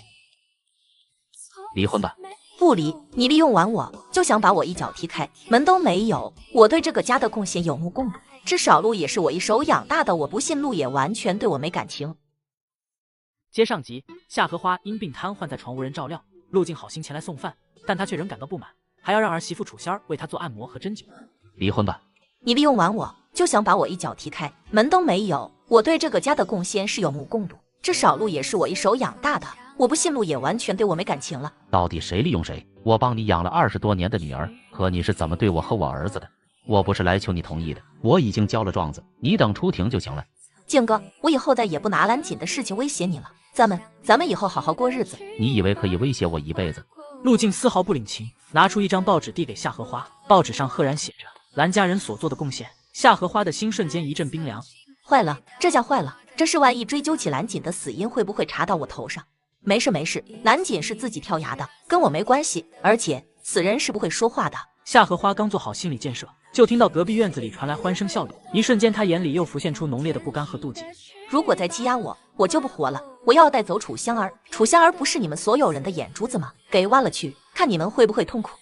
野哥，说来商量点事。陆二冷准备下周办婚礼，但他没有父母，所以想请陆野和村里几个有头有脸的人物帮忙合计合计。人都敲半天门了，你赶紧去呗，都是一个村上的，不去太不近人情了。好吧，那我去就回。陆野无奈，起身穿上衣服和陆二冷走了。夏荷花也被陆二冷的拍门声吵醒，睡不着了。这时一个人影闪了过来。孩子，让你受委屈了。阿姨，我咽不下这口气，他楚香儿本就抢了我男人，被我说2句得了，还敢还嘴，还嘴也就罢了，他不该羞辱我，还说我是青楼的售货员，这让我以后怎么见人？孩子，你想怎么办？阿姨，我得给他点教训，让他知道有的人是得罪不起的。说着，牛菲菲从兜里掏出一个小瓶子，这个给楚香儿喝了，有惊喜。夏荷花也想收拾楚香儿，于是便从枕头底下捞出1把钥匙递给牛菲菲。这是他家的钥匙，正好现在陆也不在家，你想办法送进去吧。行。陆二龙的情况大家都知道，他从小是个孤儿，现在能会上媳妇也是咱老陆家祖上恩典，所以请大家来群策群力，帮他把婚礼尽量办得体面些。我长话短说，别的我干不了，私厨这块给我留个名额。不是我说，阿爷，你什么身份？你得当司仪，别大材小用了。就是啊，咱陆家村的大才子，出口成章的主儿，必须司仪，至少也得是个师长。商量好二龙的婚事，陆野刚到家就感觉有什么东西闪了过去，心里一咯噔。进了屋见老婆女儿都睡得跟小猪一样，这才松了口气，端起旁边的杯子喝一口压压惊。刚牛飞飞走的时候说那瓶子里装的是牛马专用的，就算陆野回来了，也不一定能救得了楚香儿。夏荷花侧耳倾听，却没听到楚香儿的鬼嚎声，有些担心事情没成，于是扶着一个高脚板凳挪向院子。怎么了，阿爷？没事，你别出来，我刚忘洗澡了，睡着不舒服，洗了再睡。我又不是没见过，怎么还不让出去了呢？难道那杯水楚香儿没喝，被陆野喝了？这可完了！如果陆野有个3长2短，谁给我养老？就在夏荷花思索之间，一道雷声突然就滚了下来，病痛加上惊恐，让夏荷花扑通一声摔倒在地，晕了过去。漫天的星斗仿佛一瞬间就消失了似的，风云际会，大雨哗啦就下了起来。此刻的陆野已经被折磨得没人样，心跳剧烈，瞳孔放大，冰冷的雨水浇在脸上，却丝毫浇不熄他皮肤下面的那股火，好像有万千毒虫在噬咬。豆大的汗珠混合着雨水迷了双眼。我绝对不会放过你们的。阿爷，救救我！就在这时候，隔壁传出夏荷花微弱不清的声音。陆野猩红的眼眸里浮起滔天的怒意和杀气，身体不知哪来的力量，倏地站起身，在黑黢黢的雨夜里，一步一步的来到隔壁院子。你想干什么？说是谁干的？接上集，牛菲菲被楚仙儿训斥一顿，心里不平衡，于是和夏荷花合伙设计陷害楚仙儿，没想到水被陆野喝了。赶快说，是谁干的？阿爷，你先别激动，我说是牛菲菲，她要惩罚楚香儿。惩罚？呵呵，真是天大的笑话！她有什么资格惩罚楚香？还有，我母亲蓝锦是怎么回事？我小时候是陪着蓝锦长大的蓝家佣人，后来小姐去了农场，我不放心也跟去了，然后发生意外，我救了你。小姐临死前让我把你当儿子养。你说的话我一句都不信，如果你反着说，我或许会相信。比如蓝锦落魄去了农场，你暗中跟去伺机害死主人，抢了她的丈夫和儿子。不是的。夏荷花脸上的惊恐已经说明了，陆野猜测的8、9不离10，心中的怒火瞬间腾起，眼里全是杀气，手里的重物再也无法控制。阿爷，你去哪里了？我害怕。为了香儿和玲玲，我不能沾血，恶人自有天收，不知道被淋一整夜雨会怎样。我难受，我好难受，阿爷救我！救你？但我现在也不舒服，等我好受一点再救你。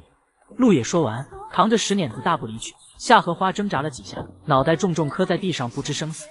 不知是不是淋雨的原因，楚香儿后半夜发起了高烧，整个人缩在丈夫怀里瑟瑟发抖，意识逐渐不清。不要睡啊，香儿，不要睡，咱们去医院。不行，玲玲一个人在家呢。小野开门，给爸开门。正痛苦煎熬的陆野听到父亲熟悉的声音，差点泪崩了。当年盖房子是挖的塘泥，老人见下了4、5个小时的雨还没停，怕儿媳的房子再塌了，于是急忙赶了过来。香儿发烧了，我得带她去医院，你赶紧去看着玲玲，别让孩子再吓着了。你放心，我肯定守好我孙女。但是老爷子话还没说完，陆野已经发动了摩托车冲了出去。小野，去水泥厂的医院。想到水泥厂的医院，陆野心里突然有底了。水泥厂虽坐落在农村，却直属市里管辖。厂医院各项水平高，设备先进，还有救护车，比镇里的卫生院强没有影了。距离都一样，去水泥厂更好。喂，你谁呀？咱们这里是职工医院，看病的皮条，你有条吗？我妻子昏迷了，烦请各位帮忙抢救。事成之后，我陆野会加倍重谢。陆野不认识，赶紧走吧！你不是咱们厂的职工，没法给你看。走。一个穿白大褂的说着就想拿脚踢陆野。你给我放尊重点，我只能告诉你，我是你们得罪不起的人。如果我妻子有个3长2短，你们的好时光就结束了。哟呵，你小子口气不小啊，以为有钱就行了。那你就告诉我们你是谁呗，大大方方的告诉我们，别怕吓着我们。就是啊，告诉我们你是哪里来的大人物，不就是周围村庄上的臭农民吗？还敢跟高贵的本厂职工相提并论？我是你们未来的老板。给你脸了，长得跟我裤腰带没勒好似的，还敢说是我们的老板？说完，年轻白大褂一脚踢向陆野，陆野一个趔趄几乎摔倒，但努力稳住了重心后，一脚就砸在了年轻人身上，疼得哀嚎跪地。哎呦，疼！现在立刻马上给我妻子抢救，不然她得死。天啊，他是我们院长的儿子，你疯了！就算他是聋子，在我眼里也不如我妻子重要。大哥，有话好好说。阿爷，算了，我们走吧。没事，我一直觉得这里充满人情味，想不到拿钱来看病都会被刁难，制度是死的，人是活的，你们踏上这个行业，理应担起救死扶伤、悬壶济世的责任。你们枉穿这一身白皮，你们不配做医生。陆野说完这番话，唇角有血沫淌出来，一看就是中毒了。白大褂们被训得无地自容，同时又恼羞不甘。我们都是本厂职工，却被一个泥腿子训，气死了。本厂的职工很高贵吗？再过几年都统统下特马的岗了，好吗？别和他废话，等大爷贸一来，将他带走锁尿桶上，他就不巴巴了。阿爷，我们走，我帮你。楚香儿懂点三脚猫医术，已经猜到丈夫喝的是一种帮助家畜促孕的东西，这玩意后劲特别大，搞不好要出人命的。现在她豁出去了，宁愿死也要用自己的身体为丈夫疏解。闭嘴，楚香儿，闭嘴！在你的心目中，我就是那样的不堪吗？不管老婆的死活，只顾自己。都在搞什么？快救人啊！就在此时，一个温柔干练的女白大褂跑了过来，吩咐众人立刻救治。接上集，楚仙儿发烧昏迷，陆野冒雨带着楚仙儿去医院治病，却被医生和护士百般刁难。都发什么呆呢？快去救人啊！是主任。众人虽有不甘，但也只能服从。陆野瞅着急救室的门，心里松了一口气，但他怕这些人刻意报复，所以一直守在门口。小伙，你也去治疗吧。主任担忧地看着陆野，从医多年的经验让他判断出这小伙子的病情更加危险。不了，大哥，你不治疗，让我治疗行不？不带这么欺负人的。我给你抽点血检查好吗？如果你妻子看到你这样，肯定要哭的。江月，此刻陆野的视线已经开始模糊不清，他的嘴唇一张一合，只能凭潜意识吐出2个字：江月。你说的是昨天下午为我们厂挽回上亿的损失和几十口子人命的那个江月？我这就去打电话。主任立刻打了玄瑶车间的内线电话。江月接到电话，他整个人都镇住了，连工作服都来不及脱，匆忙赶往医院。他到达医院的时候，刚好2个大檐帽也来了。同志，快逮他，看他把我伤成啥样了。院长之子看到大盖帽瞬间来劲了，但2位同志却一把将他铐在了椅子腿上。错了，考错了。没错，他们是陆野的同学，你们是不是疯了？知道他是谁吗？是他拯救了整个炫瑶车间，拯救了你们的丈夫、兄弟，乃至你们的儿子。你们现在却这样刁难他，就等着停职吧。哎呦喂，怎么不早说啊？江月，你帮我守着楚香儿。此时的陆野由于心跳不稳，已经上了呼吸机，他放心不下妻子，所以喊江月来防止医院的人恶意报复。陆野的化验单出来了，他的血液里含有大量的受用催情药成分，就他食用的量，给一匹骆驼吃了都能立刻被放倒，剂量之大，足以对生命造成威胁。你们真是拿生命当儿戏，小夫妻就是玩，也得买点人类专用的。阿野，到底怎么回事？你用得着这种药吗？我是被人陷害的，有人翻墙到我家里，把这玩意倒进了我媳妇的杯子里，被我喝了。那你喝了之后发现不对，应该及时排出来啊！现在全都进血液循环系统了，这可不是闹着玩的，会有生命危险。这时小护士附在主任耳边说了句什么，主任脸色微微一怔，难怪他没及时排毒，原来是因为他媳妇怀了身孕，这男人挺疼媳妇啊。这种药应该不能随便买到吧？一般人买不到，只有养殖户能买，而且要通过层层申请才能买那么一丁点。但兽医站的工作人员如果想拿的话，是有机会多拿点的。阿野，你最近有得罪什么人吗？昨天下午，我以前的对象牛菲菲说来看我母亲，和我媳妇拌了几句嘴，拌输了。牛菲菲的大哥牛耕田就是兽医站的，有动机、有时间，还有工具。我们这就去调查，你好好养病，我们会为你讨回公道的。陆野微微点头表示致谢，但眼里却闪过一抹寒光。夏荷花淋了一整夜的雨，想必已经死透透的了，就差你了，牛菲菲。经过1个小时的治疗，陆野的身体状况刚刚稍微好转一点，就迫不及待地举着盐水瓶要去找楚香儿。不知道现在香儿的情况怎么样了？肚子还疼不疼？烧退了吗？刚到楚香儿的病房门口，就看到医生正在和江月沟通着什么。我媳妇现在状况怎么样了？哎，小伙，你媳妇怀上了，怀上2个多月了，还是多胞胎。不过啥多胞胎？哈哈，香儿果然是怀上了。你什么意思？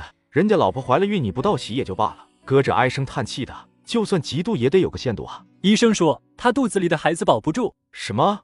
你看看这检验报告。陆野接过来，迅速描了一遍，血汗哗啦一下从额角淌了下来。3个孕囊疑似脱落，建议终止妊娠。这咋还脱落了呢？只能终止。已经流血了，在我们这里是得这样处理，但您可以转到市里的大医院试试，也许能保住。那还等什么？快转院啊！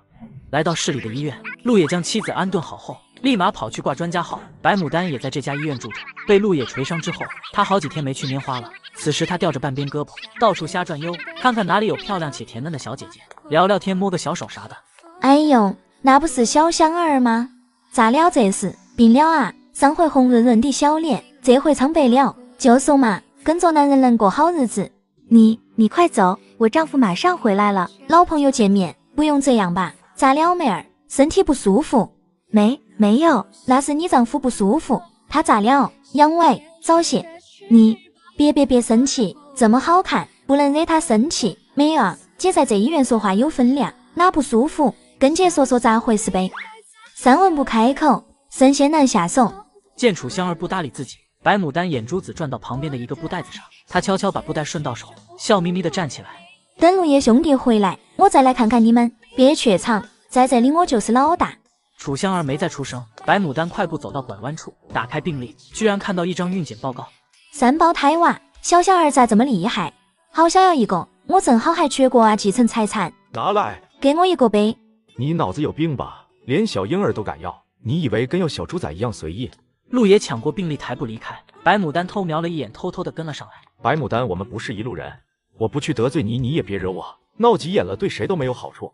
哄，陆爷知道这我面子，有什么严重后果吗？不知道，你就直接说吧。上一个得罪我敌人，现在骨头都变成泥了，懂吗？接上集，楚香儿半夜昏迷，陆野冒雨送楚香儿赶到县医院，发现怀上了3胞胎，但是孕囊疑似脱落保不住，于是紧急赶到市里大医院，却碰到白牡丹。董爷知道这我面子，有什么严重后果吗？不知道，你直接说吧。上一个得罪我敌人，现在骨头都变成泥了，懂吗？董爷，你小子太狠了，我只不过吓唬你，你却动真格的。陆野的这个举动太过突然，几乎发生在1秒之间。白牡丹的几个手下还没反应过来，他们的主人就已经扑街了。白公子，我们飞了他！阿爷，小心！楚香儿听到嘈杂声跑了出来，看到丈夫被围，护肤狂魔的本质瞬间被激发了出来，抄起一旁放盐水的铁杆子，就要上去护自己的男人。你别过来，香儿，小心肚子，躲远点看戏就行。小心肚子，我这是怀上了。阿爷之所以瞒着我，意味着我肚子里的宝宝可能有点问题。这一刻的认知让楚香儿脑子一片空白，咣当一下，铁杆子就脱手掉了下去。陆爷脸色一变，瞬间冲向妻子。小崽子别跑！老子不跑，你们又能怎样？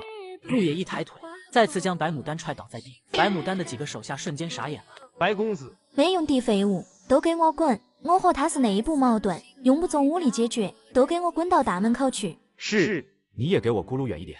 算了，阿爷，别动气了，这本来就是公共场所，他想跟就跟着吧。就在白牡丹咬牙切齿的想爬起来，再次跟上陆野和楚香儿步伐的时候，不经意间看到吊在一边的病历下面写着终止妊娠几个字。都怪我刚才没看清楚，也不怪人家陆爷生气，这回夫妻俩内心在滴血吧，好心疼，3个宝宝呢，失去了的话未免太可惜。那神，你过来一下。白公子，你有什么吩咐？给我叫10个8个妇产科专家来，给我妹子会诊。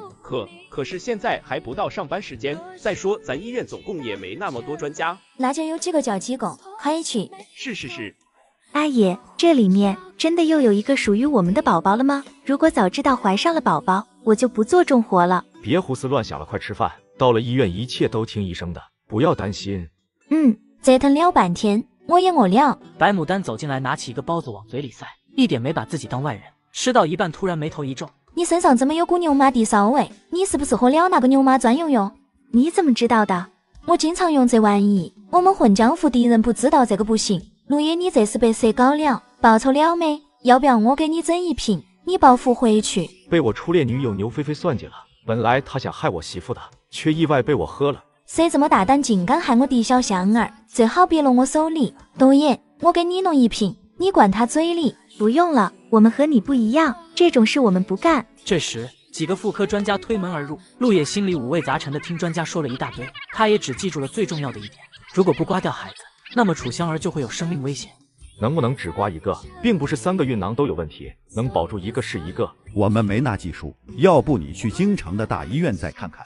你们什么意思？听你们这话怎么阴阳怪气来？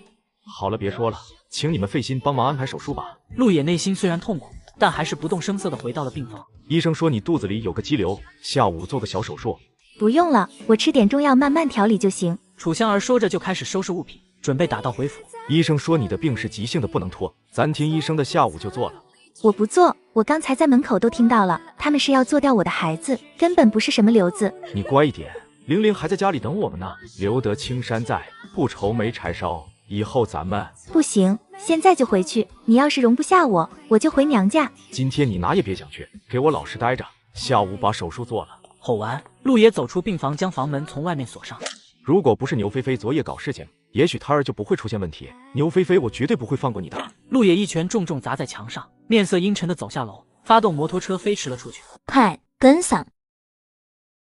接上集，楚香儿偷偷听到陆野要骗她做手术把孩子打掉，楚香儿死活不同意，于是被陆野锁在了病房。如果不是牛菲菲昨夜搞事情，也许胎儿就不会出现问题。牛菲菲，我绝对不会放过你的。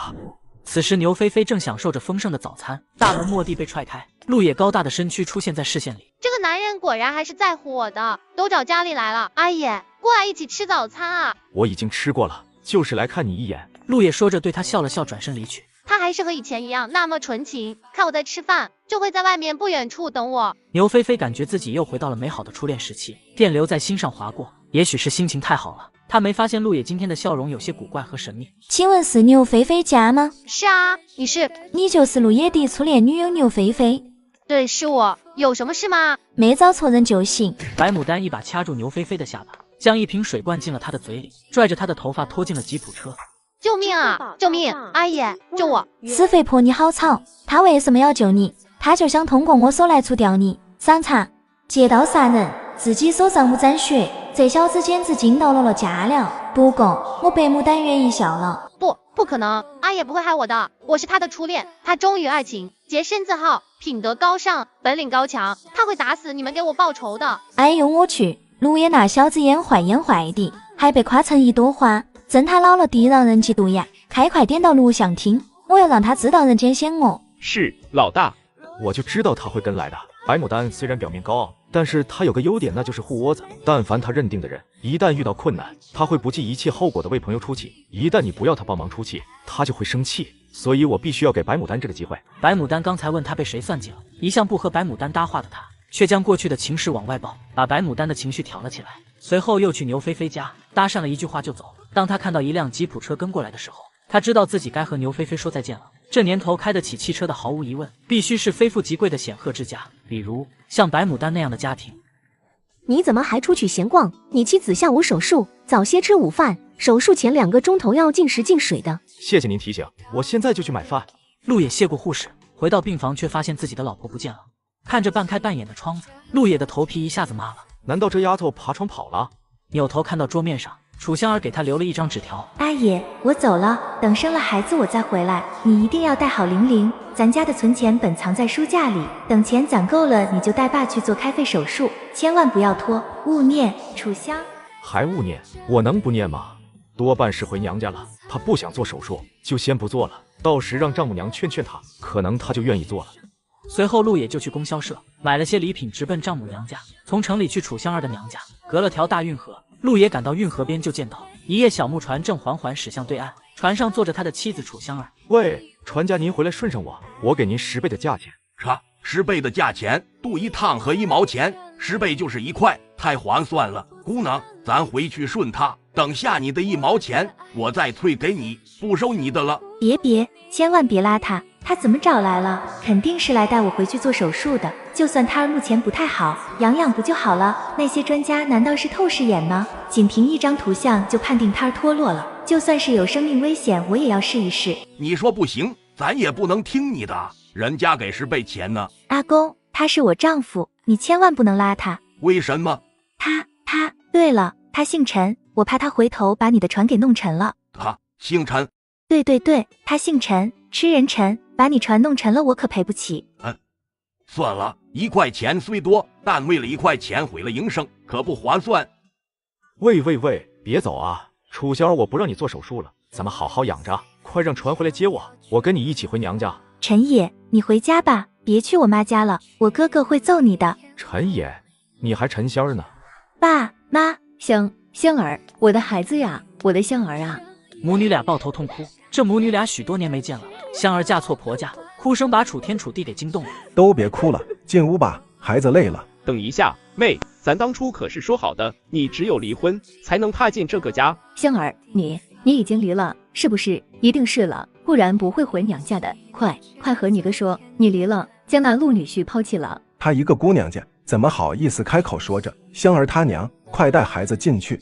你们快闪开，别挡着路！你妹还没吃饭呢。不行，必须让她说清楚离了没有，没离就回去，离了就进屋，没得商量。接上集，楚香儿偷偷听到医生要给她做流产，于是偷偷跳窗逃走了。刚到娘家，就被大哥堵在门口不让进门。离了吗？没离就回去，离了就进屋，没得商量。大哥别说了，就算他没离，也在离的路上了。陆野那混蛋，我妹迟早抛弃他。香儿，你说是不是楚弟说的那么样的？楚天威严地问，明显给妹子台阶下。不是的哥，这段时间陆野对我很好，他已经改变了，我不会和他离婚的。我来世。胡说。咋着？你今天非要将你妹妹挡在门外？不挡可以，但我妹进了这个门，就别想出去了。大哥说的对，妹，你听哥的，不要再回陆家庄受苦，回头我再把玲玲接过来，咱们一家好好的过。其实我这次回来是因为我怀了身孕，医生说胎儿不太好，要流掉，但是我舍不得，我就想着我从小在楚家庄长大，是这里的土地滋养了我，也必定能滋养我的孩子，等胎儿稳定了，我就回去。呀，你这孩子咋不早说？快扶你妹妹进屋，好生养着。楚天一听说妹妹怀孕的消息，顿时感到万分后悔，想到刚才对她的为难，心中满是心疼，于是也没再说什么，只是默默地陪伴在一旁。不用，我自己能走。梅静秋摇摇手，仿佛女儿再多走一步，孩子就会顺着裤腿掉下来似的。全家都紧张兮兮地将楚香儿弄进了屋里。刚安顿好，陆巴巴来了。陆巴巴是他堂姑的孙子，一下自行车，陆巴巴就开始报丧。表伯，俺夏儿姐的婆婆没了。啥？那夏荷花撞得跟牛犊子似的，咋会死？这是说来话长了，咱们路上说吧。行，走吧，我跟你一起去陆家村。不管怎么说，亲家死了，该奔丧得奔丧。你香儿姐怀孕了，这事先别告诉她，免得影响她保胎。好，那咱们走吧。你在家照顾好妹子，我去请大夫。如果陆野来了，不要客气，用这个扎。哥，你们干嘛呢？呵呵，没事没事，你不是说陆野会来吗？我让你二哥插个鱼招待招待。楚天现在可不敢惹妹子着急，怕惊动了胎气，陪着笑脸道：对，我这就去。你就是心太软了，想想陆爷以前是怎么对你的，你就该让你哥好好削他一顿，出气。妈，给你女婿留点面子吧，其实他挺可怜的，我现在的婆婆不是他的亲生母亲。有这事？所以婆婆从小就给他洗脑，各种奴役他，他那天知道后都哭了。我早就觉得陆野这孩子怪怪的，像荷花假的，原来是这么回事。早知这样，咱得对他好点啊。现在也不晚啊。大爷，劳烦您问一下，楚山大叔家住在哪里？来走亲戚的。是啊，大爷。就在那儿，看到没？5间大瓦房。老头本就是热心人，又见小伙还骑着摩托车，看起来是有身份的人，瞬间变得更加热情，不仅报出楚山家的地理位置，还将楚山的家庭成员全和陆野说了一遍。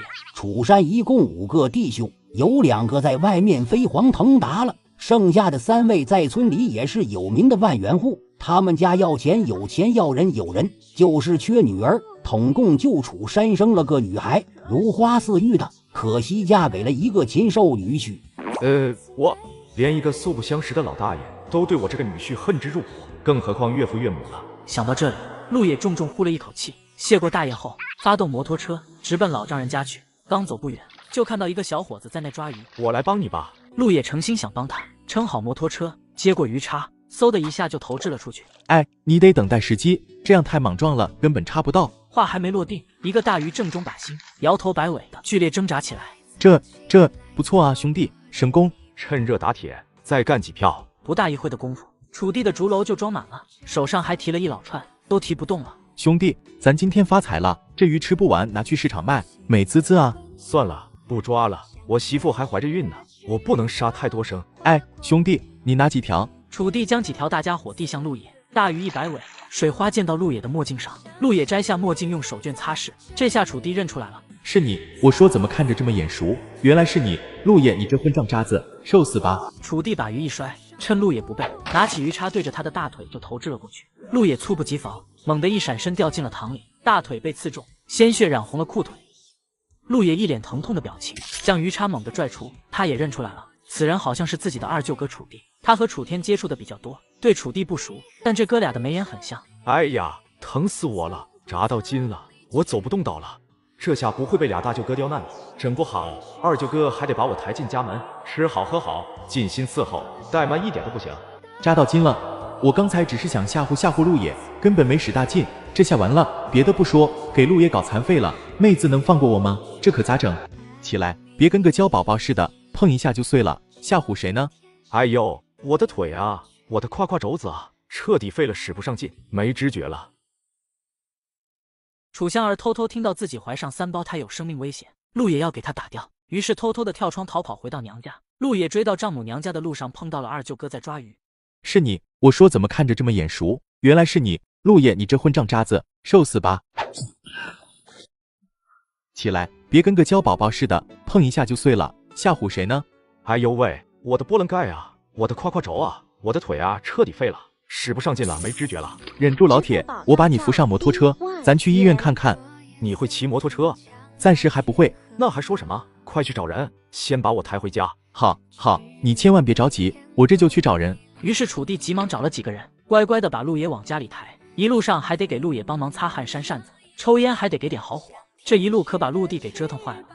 到了家，楚地怕挨骂，偷偷将陆野送到了妹子的房间，一溜烟的跑去找大夫了。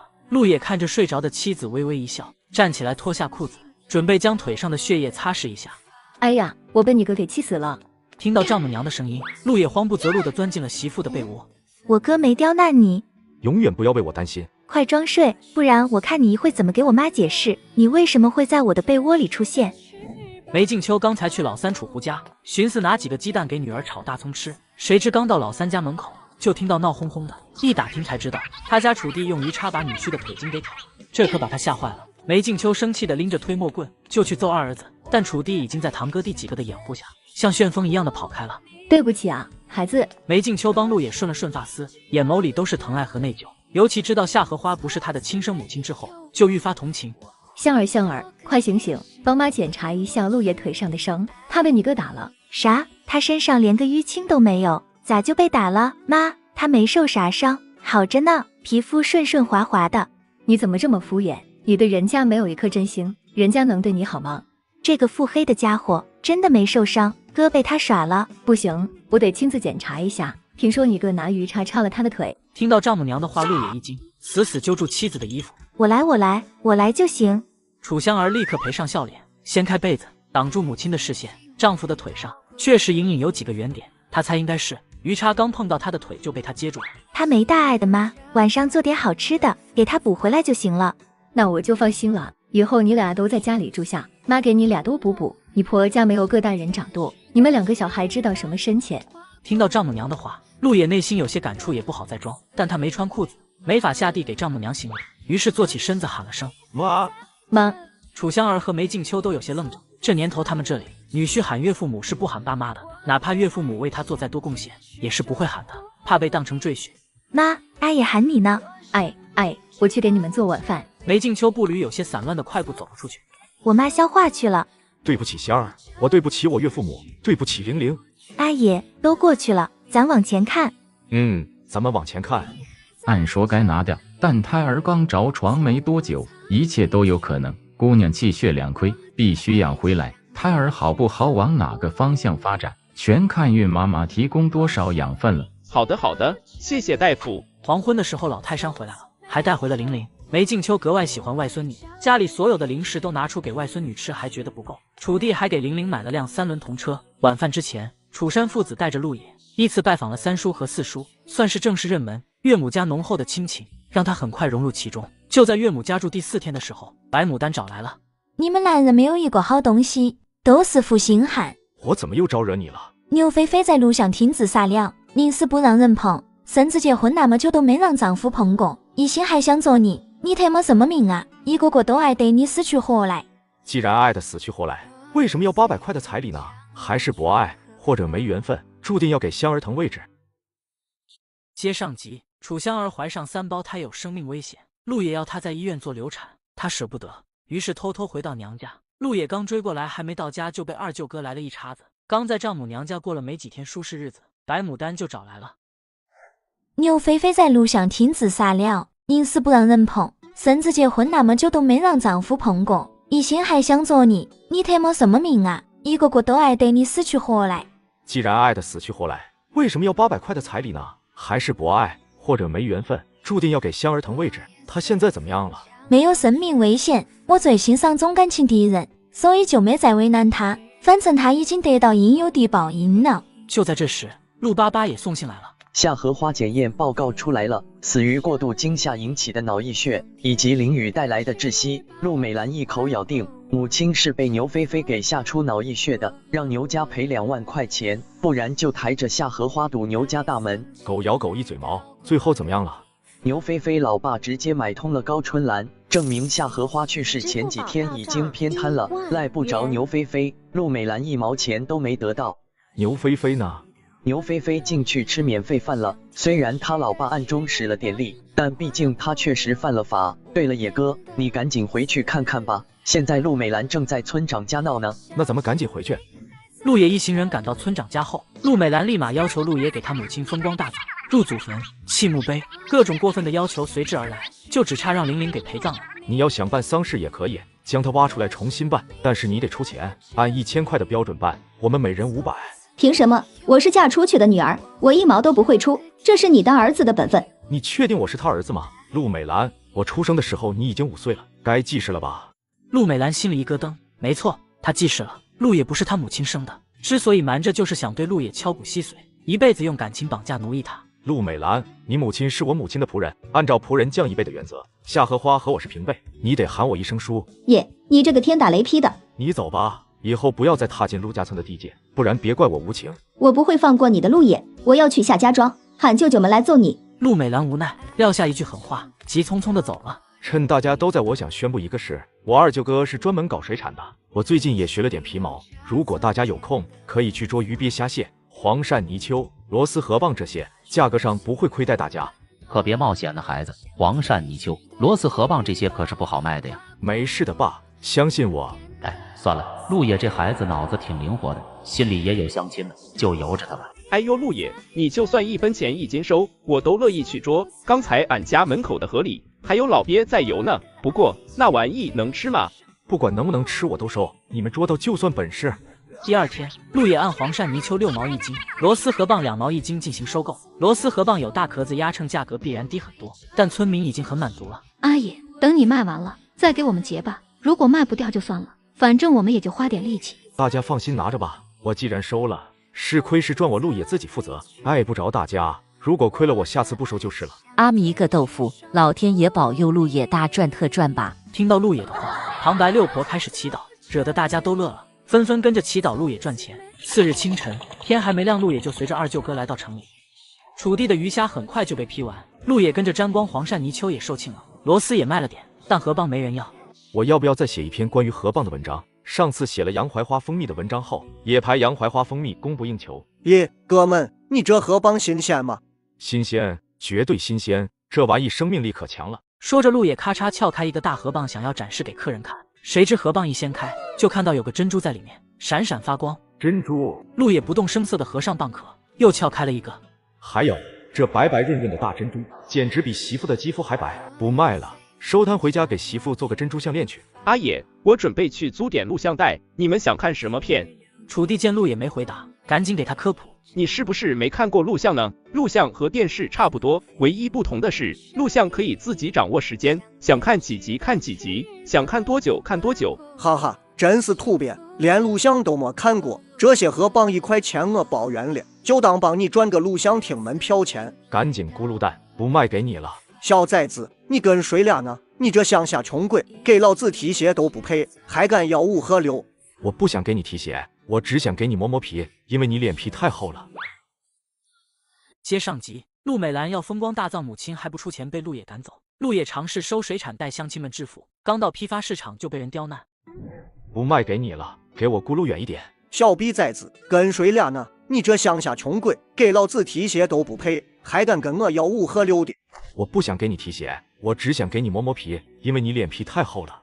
陆野站起1.88米的身高，瞬间把大金链子衬托得格外渺小。大金链子仰望着陆野都有些磕巴了。你别乱来，你再帅也是卖外帮客的穷人，不要和我们城里人得瑟，不然吃亏的是你。他的话还没说完，就被陆野拎起来开始无情摩擦，擦得嗷嗷叫。卖鱼的，快快帮我讲讲情啊！你跳起来都打不到人家的膝盖，还敢挑衅，我都干不过他，你哪来的勇气？人家可是大学生，文化人，为了帮村民致富才来卖河蚌的，没看见人家骑的摩托车都值2万多块钱啊！人家城里到处都是同学，你想死可别连累我啊！我可不敢多嘴，回头再让他连我一起揍了，揍完还得送橘子。这么狠啊？揍完还得送进去炖橘子？爷，我错了，我有眼不识泰山，我狗眼看人低。确实狗眼看人低，赶紧给我咕噜远一点。好，我咕噜，我马上咕噜。这世上欺软怕硬的人太多了，光凭武力是不能解决所有问题的，唯有自己脱颖而出，才能堵住他们的破嘴。看来木材生意已经迫在眉睫了，手里有粮，心中才能不慌。你既然不懂，那我就随便租点吧，给我外甥女弄点动画片看看才是正经的。我先走了。说完，楚地就开着拖拉机跑了。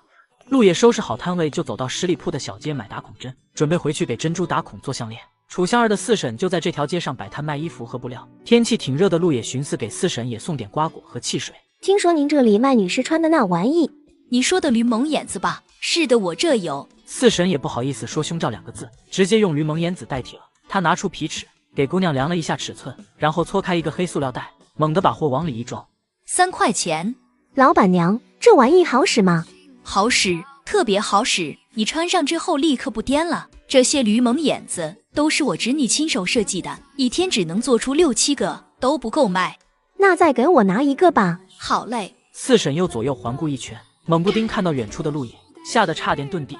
坏了，我侄女婿来了，万一被他发现我侄女在干活，怕是会不高兴。还以为媳妇天天卧床养着呢，谁知还是偷偷干活了。这媳妇就是闲不住，可讨厌了。我给你买了点水果，四婶，还有汽水。哎呦，没想到我这辈子还能享到侄女婿的福，说出去谁信呐？您对香儿好，我孝敬您是应该的。小野，你可别生气哈，我已经劝过香儿不要再泥针线，安心养胎了。回头我不帮他卖了，他就会停手的。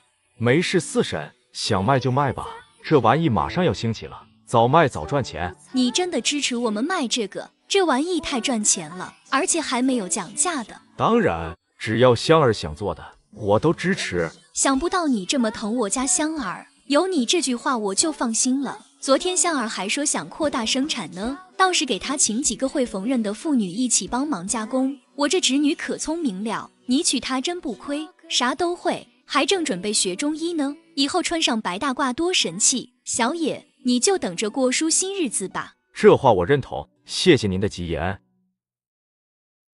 接上集，陆野发现河蚌里面有珍珠，于是准备回家给媳妇做珍珠项链。回去路上经过四婶的摊位，发现四婶在帮媳妇卖罩罩。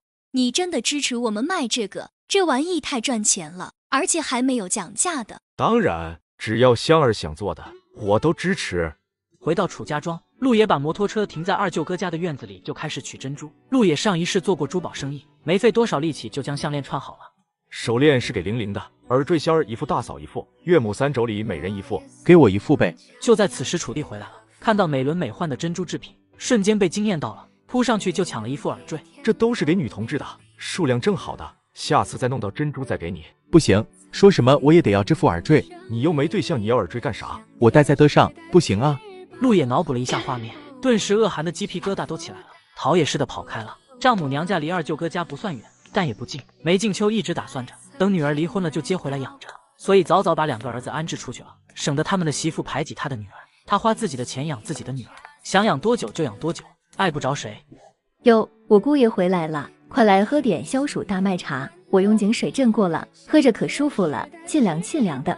阿爷，你看我妈和我婶做的罩罩漂亮吗？你这丫头也不知羞，她是个爷们，咋懂这个好不好看？妈，你太小看陆爷了，人家是内行，我身上穿的这件就是他研制出来的。咱家女婿咋能干这事？莫不是个变态，居然在女人的胸脯上做文章？三婶惊慌之下，水果都没洗好就逃跑了。梅静秋怕妯娌出去乱说，加上也想躲着女婿，跟着溜了。对不起呀，阿爷，影响你的形象了。我不在乎什么形象，只要问心无愧就行，别担心我啊。阿爷，今天生意顺利吗？格外顺利，赚了100多，我还给你弄了条珍珠项链，珍珠项链。看喜欢吗？喜欢，太喜欢了，把这当传家宝，以后传给玲玲，还有肚子里的小宝宝们。楚香儿刚想伸手去够，但很快又顿住了。阿爷，这种橙色的珍珠一定很贵吧？咱们还是把它卖了，存钱给公公看病吧。这不是花钱买的，是我从河蚌里挖出来的。真的吗？我以前经常掰开河蚌，怎么从来没发现过珍珠？是你厉害，还是你男人厉害？陆野熟练地将珍珠项链戴到他的脖子上。阿爷，这珠子好漂亮，我好喜欢，好喜欢，谢谢你。老婆，你去看会电视去吧，我去做饭，饿了你就先吃点水果。这是谁家做好了？真香。好像是我家。我突然觉得陆爷好像没错啊，我们不应该因为阿野做了件女士罩衣，就对他产生隔阂。你说的对，小野发明了保护女性的物件，这是好事，咱们得支持香儿和陆野，这是个赚钱的机会。对，我天天摆小摊快累死了，都不如卖驴蒙眼子挣得多。香儿两口子要是能开个工厂就好了，我直接去干个销售科长，那我得当个车间主任，大嫂是厂长。我能行吗？当了大半辈子的农村妇女，能当啥厂长？你必须行啊，你是老板的丈母娘，不得挑大梁吗？你们可别调侃我了。妈3婶4婶吃饭了。陆野约莫河蚌快熟了，来喊他们吃饭，顺便将珍珠耳坠送他们美元衣服。三妯娌互相戴上耳坠，瞬间从农妇变成了贵妇人似的，自信心都大大增长。我们都没有闺女，就你出息生了香儿，我们跟着沾女婿的光。对呀，这几天顿顿去你家吃，还收侄女婿这么贵重的礼物，怎么好意思？你侄女婿来喊你们去就得了，服从命令，听指挥。还说不能当厂长，厂长的气质这不就出来了？你们别误会阿野了，阿野发明这个其实是当时我的肚都被人偷了，穿衣服很不安全，陆野就很贴心的帮我设计了这个小罩罩，不然我都没法出门。你们要是因为这个对他有偏见，那我们就回陆家村了。胡说，妈怎么会对他有偏见？他对你好，妈感激都来不及。对，能被丈夫这样疼爱的女人普天下有几个？如果我家楚胡也能给我设计一个罩子，我会高兴疯的。吃完饭，妯娌几个连同陆野和楚香儿讨论了一下开内衣厂的事。村里大多数妇女都会缝纫，可以分别在陆家村和楚家庄开2个加工点。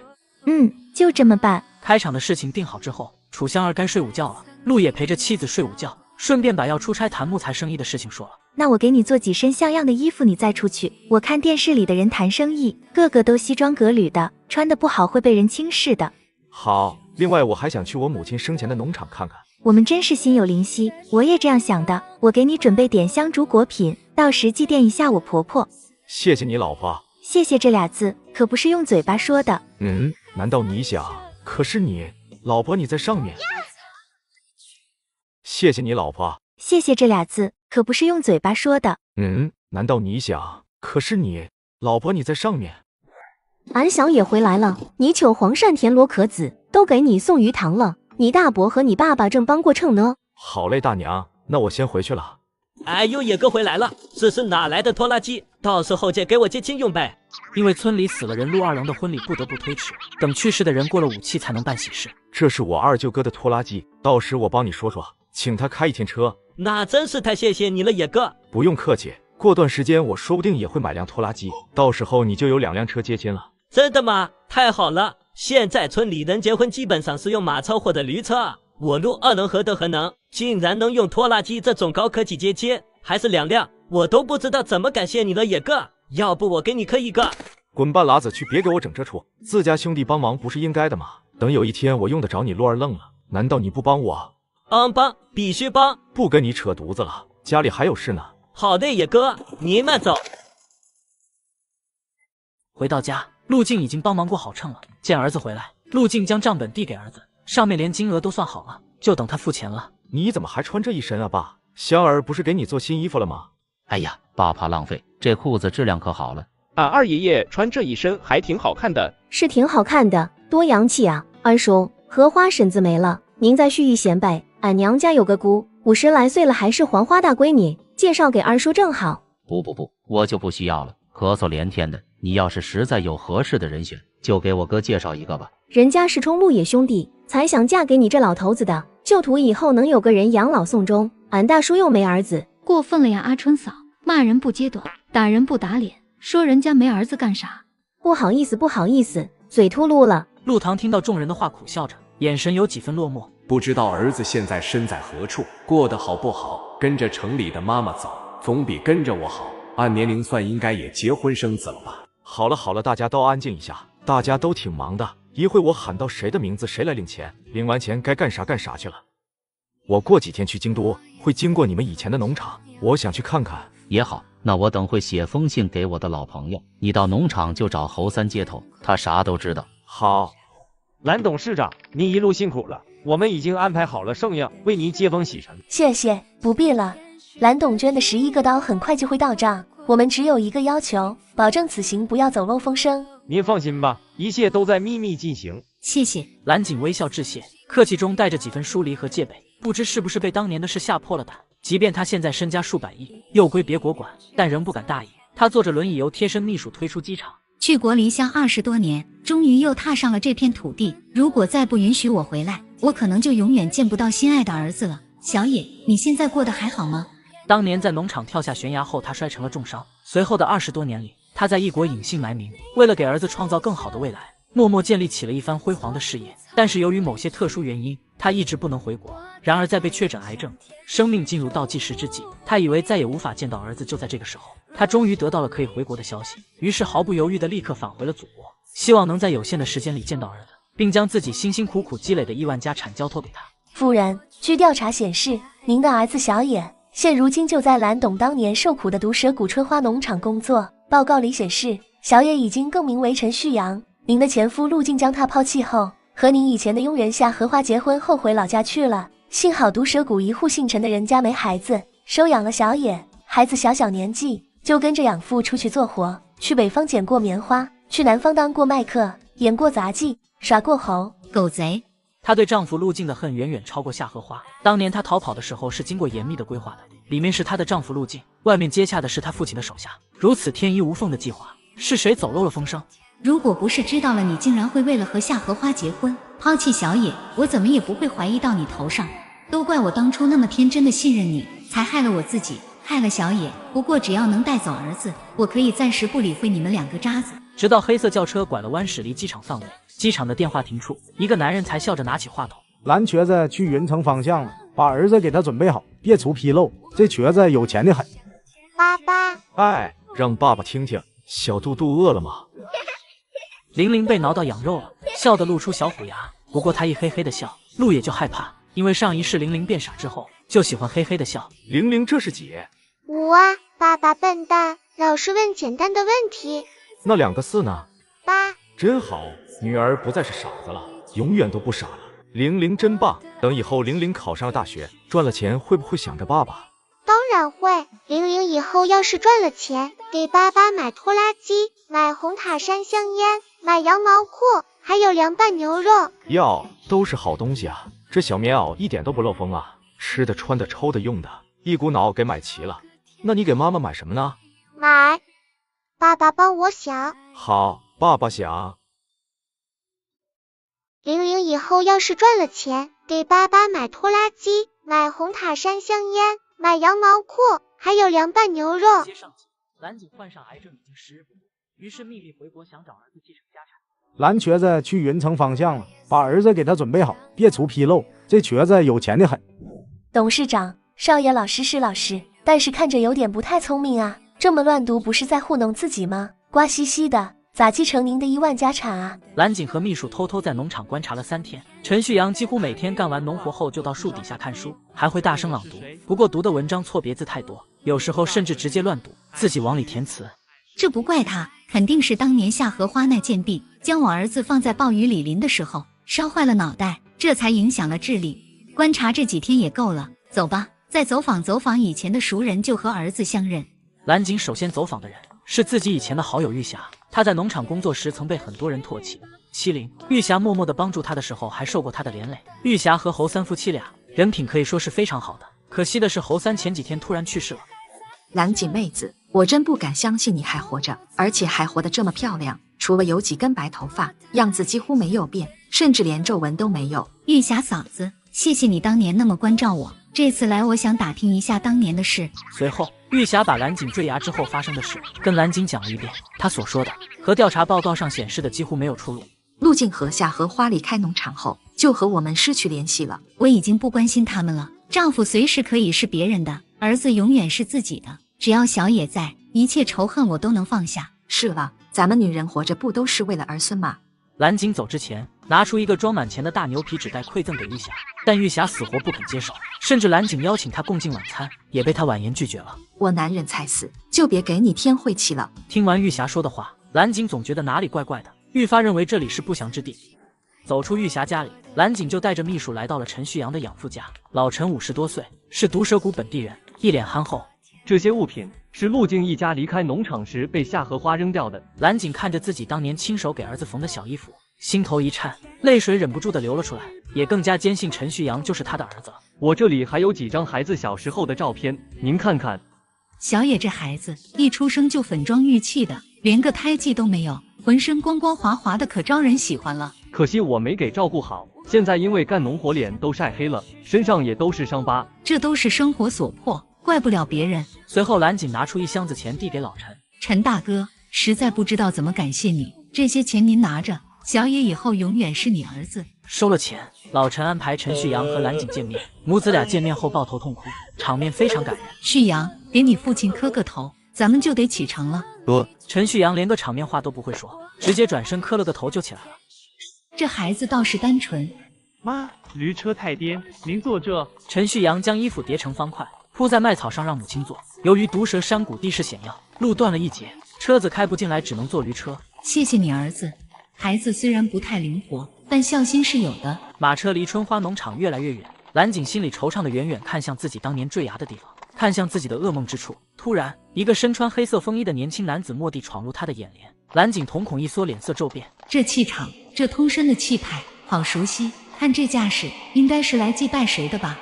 小杨，你有没有祭奠过妈妈？没有啊，我以前不知道您是我的妈妈，前几天才知道的。我的行踪绝密，为什么这孩子说前几天就知道我是他妈妈了？还有，以前很疼我的玉霞嫂子，却意外的很疏离。我男人才死，别给你添晦气了。玉霞说到才死这俩字的时候，明显加重了语气，仿佛有怨气，或者要提示什么。蓝景再次把视线放远，却发现那抹挺拔的身影已经消失不见了。不见了！一瞬间，蓝景的心脏好像被抓了一把，难受的厉害。停车！对不起，夫人，停不了。让你停你就停。我们夫人是米国伊茨拉公司的董事长斯普兰夫人，不是你能惹得起的。惹不起，哼哈！那赶车的像听到一个笑话，一声口哨吹出，草丛里瞬间跳出几个彪形大汉。斯普兰夫人，我们好心给你找个儿子，你竟然不领情，是不是想让我和你生一个？哈哈哈，我看行。他虽然瘸了，但这皮肤和身材，看着比18岁的大姑娘还吸引人呢。哈哈，瘸有瘸的好处，做起来肯定比一般女人带劲。你们想干什么？真是胆大包天！斯普兰夫人，实话跟你说吧，我们就是靠吃大户谋生的，不知道多少有身份的人都栽到我们手里了。我劝你不要反抗，我们有的是法子，收拾你们这些落单的有钱人，而且从未失过手。是吗？今天我就算死，也不会让你们得逞的。说话间，蓝景偷偷地掏出防狼棒，瞬间电翻了赶驴车的男人。想死？那我送你最后一程。送我最后一程？你也配？领头的劫匪正在瞄准之际，突然感觉到脊背一阵阴森，一抹不祥的气息让他头皮发麻，于是缓缓回过头，刚好能看到一个勾起的唇角。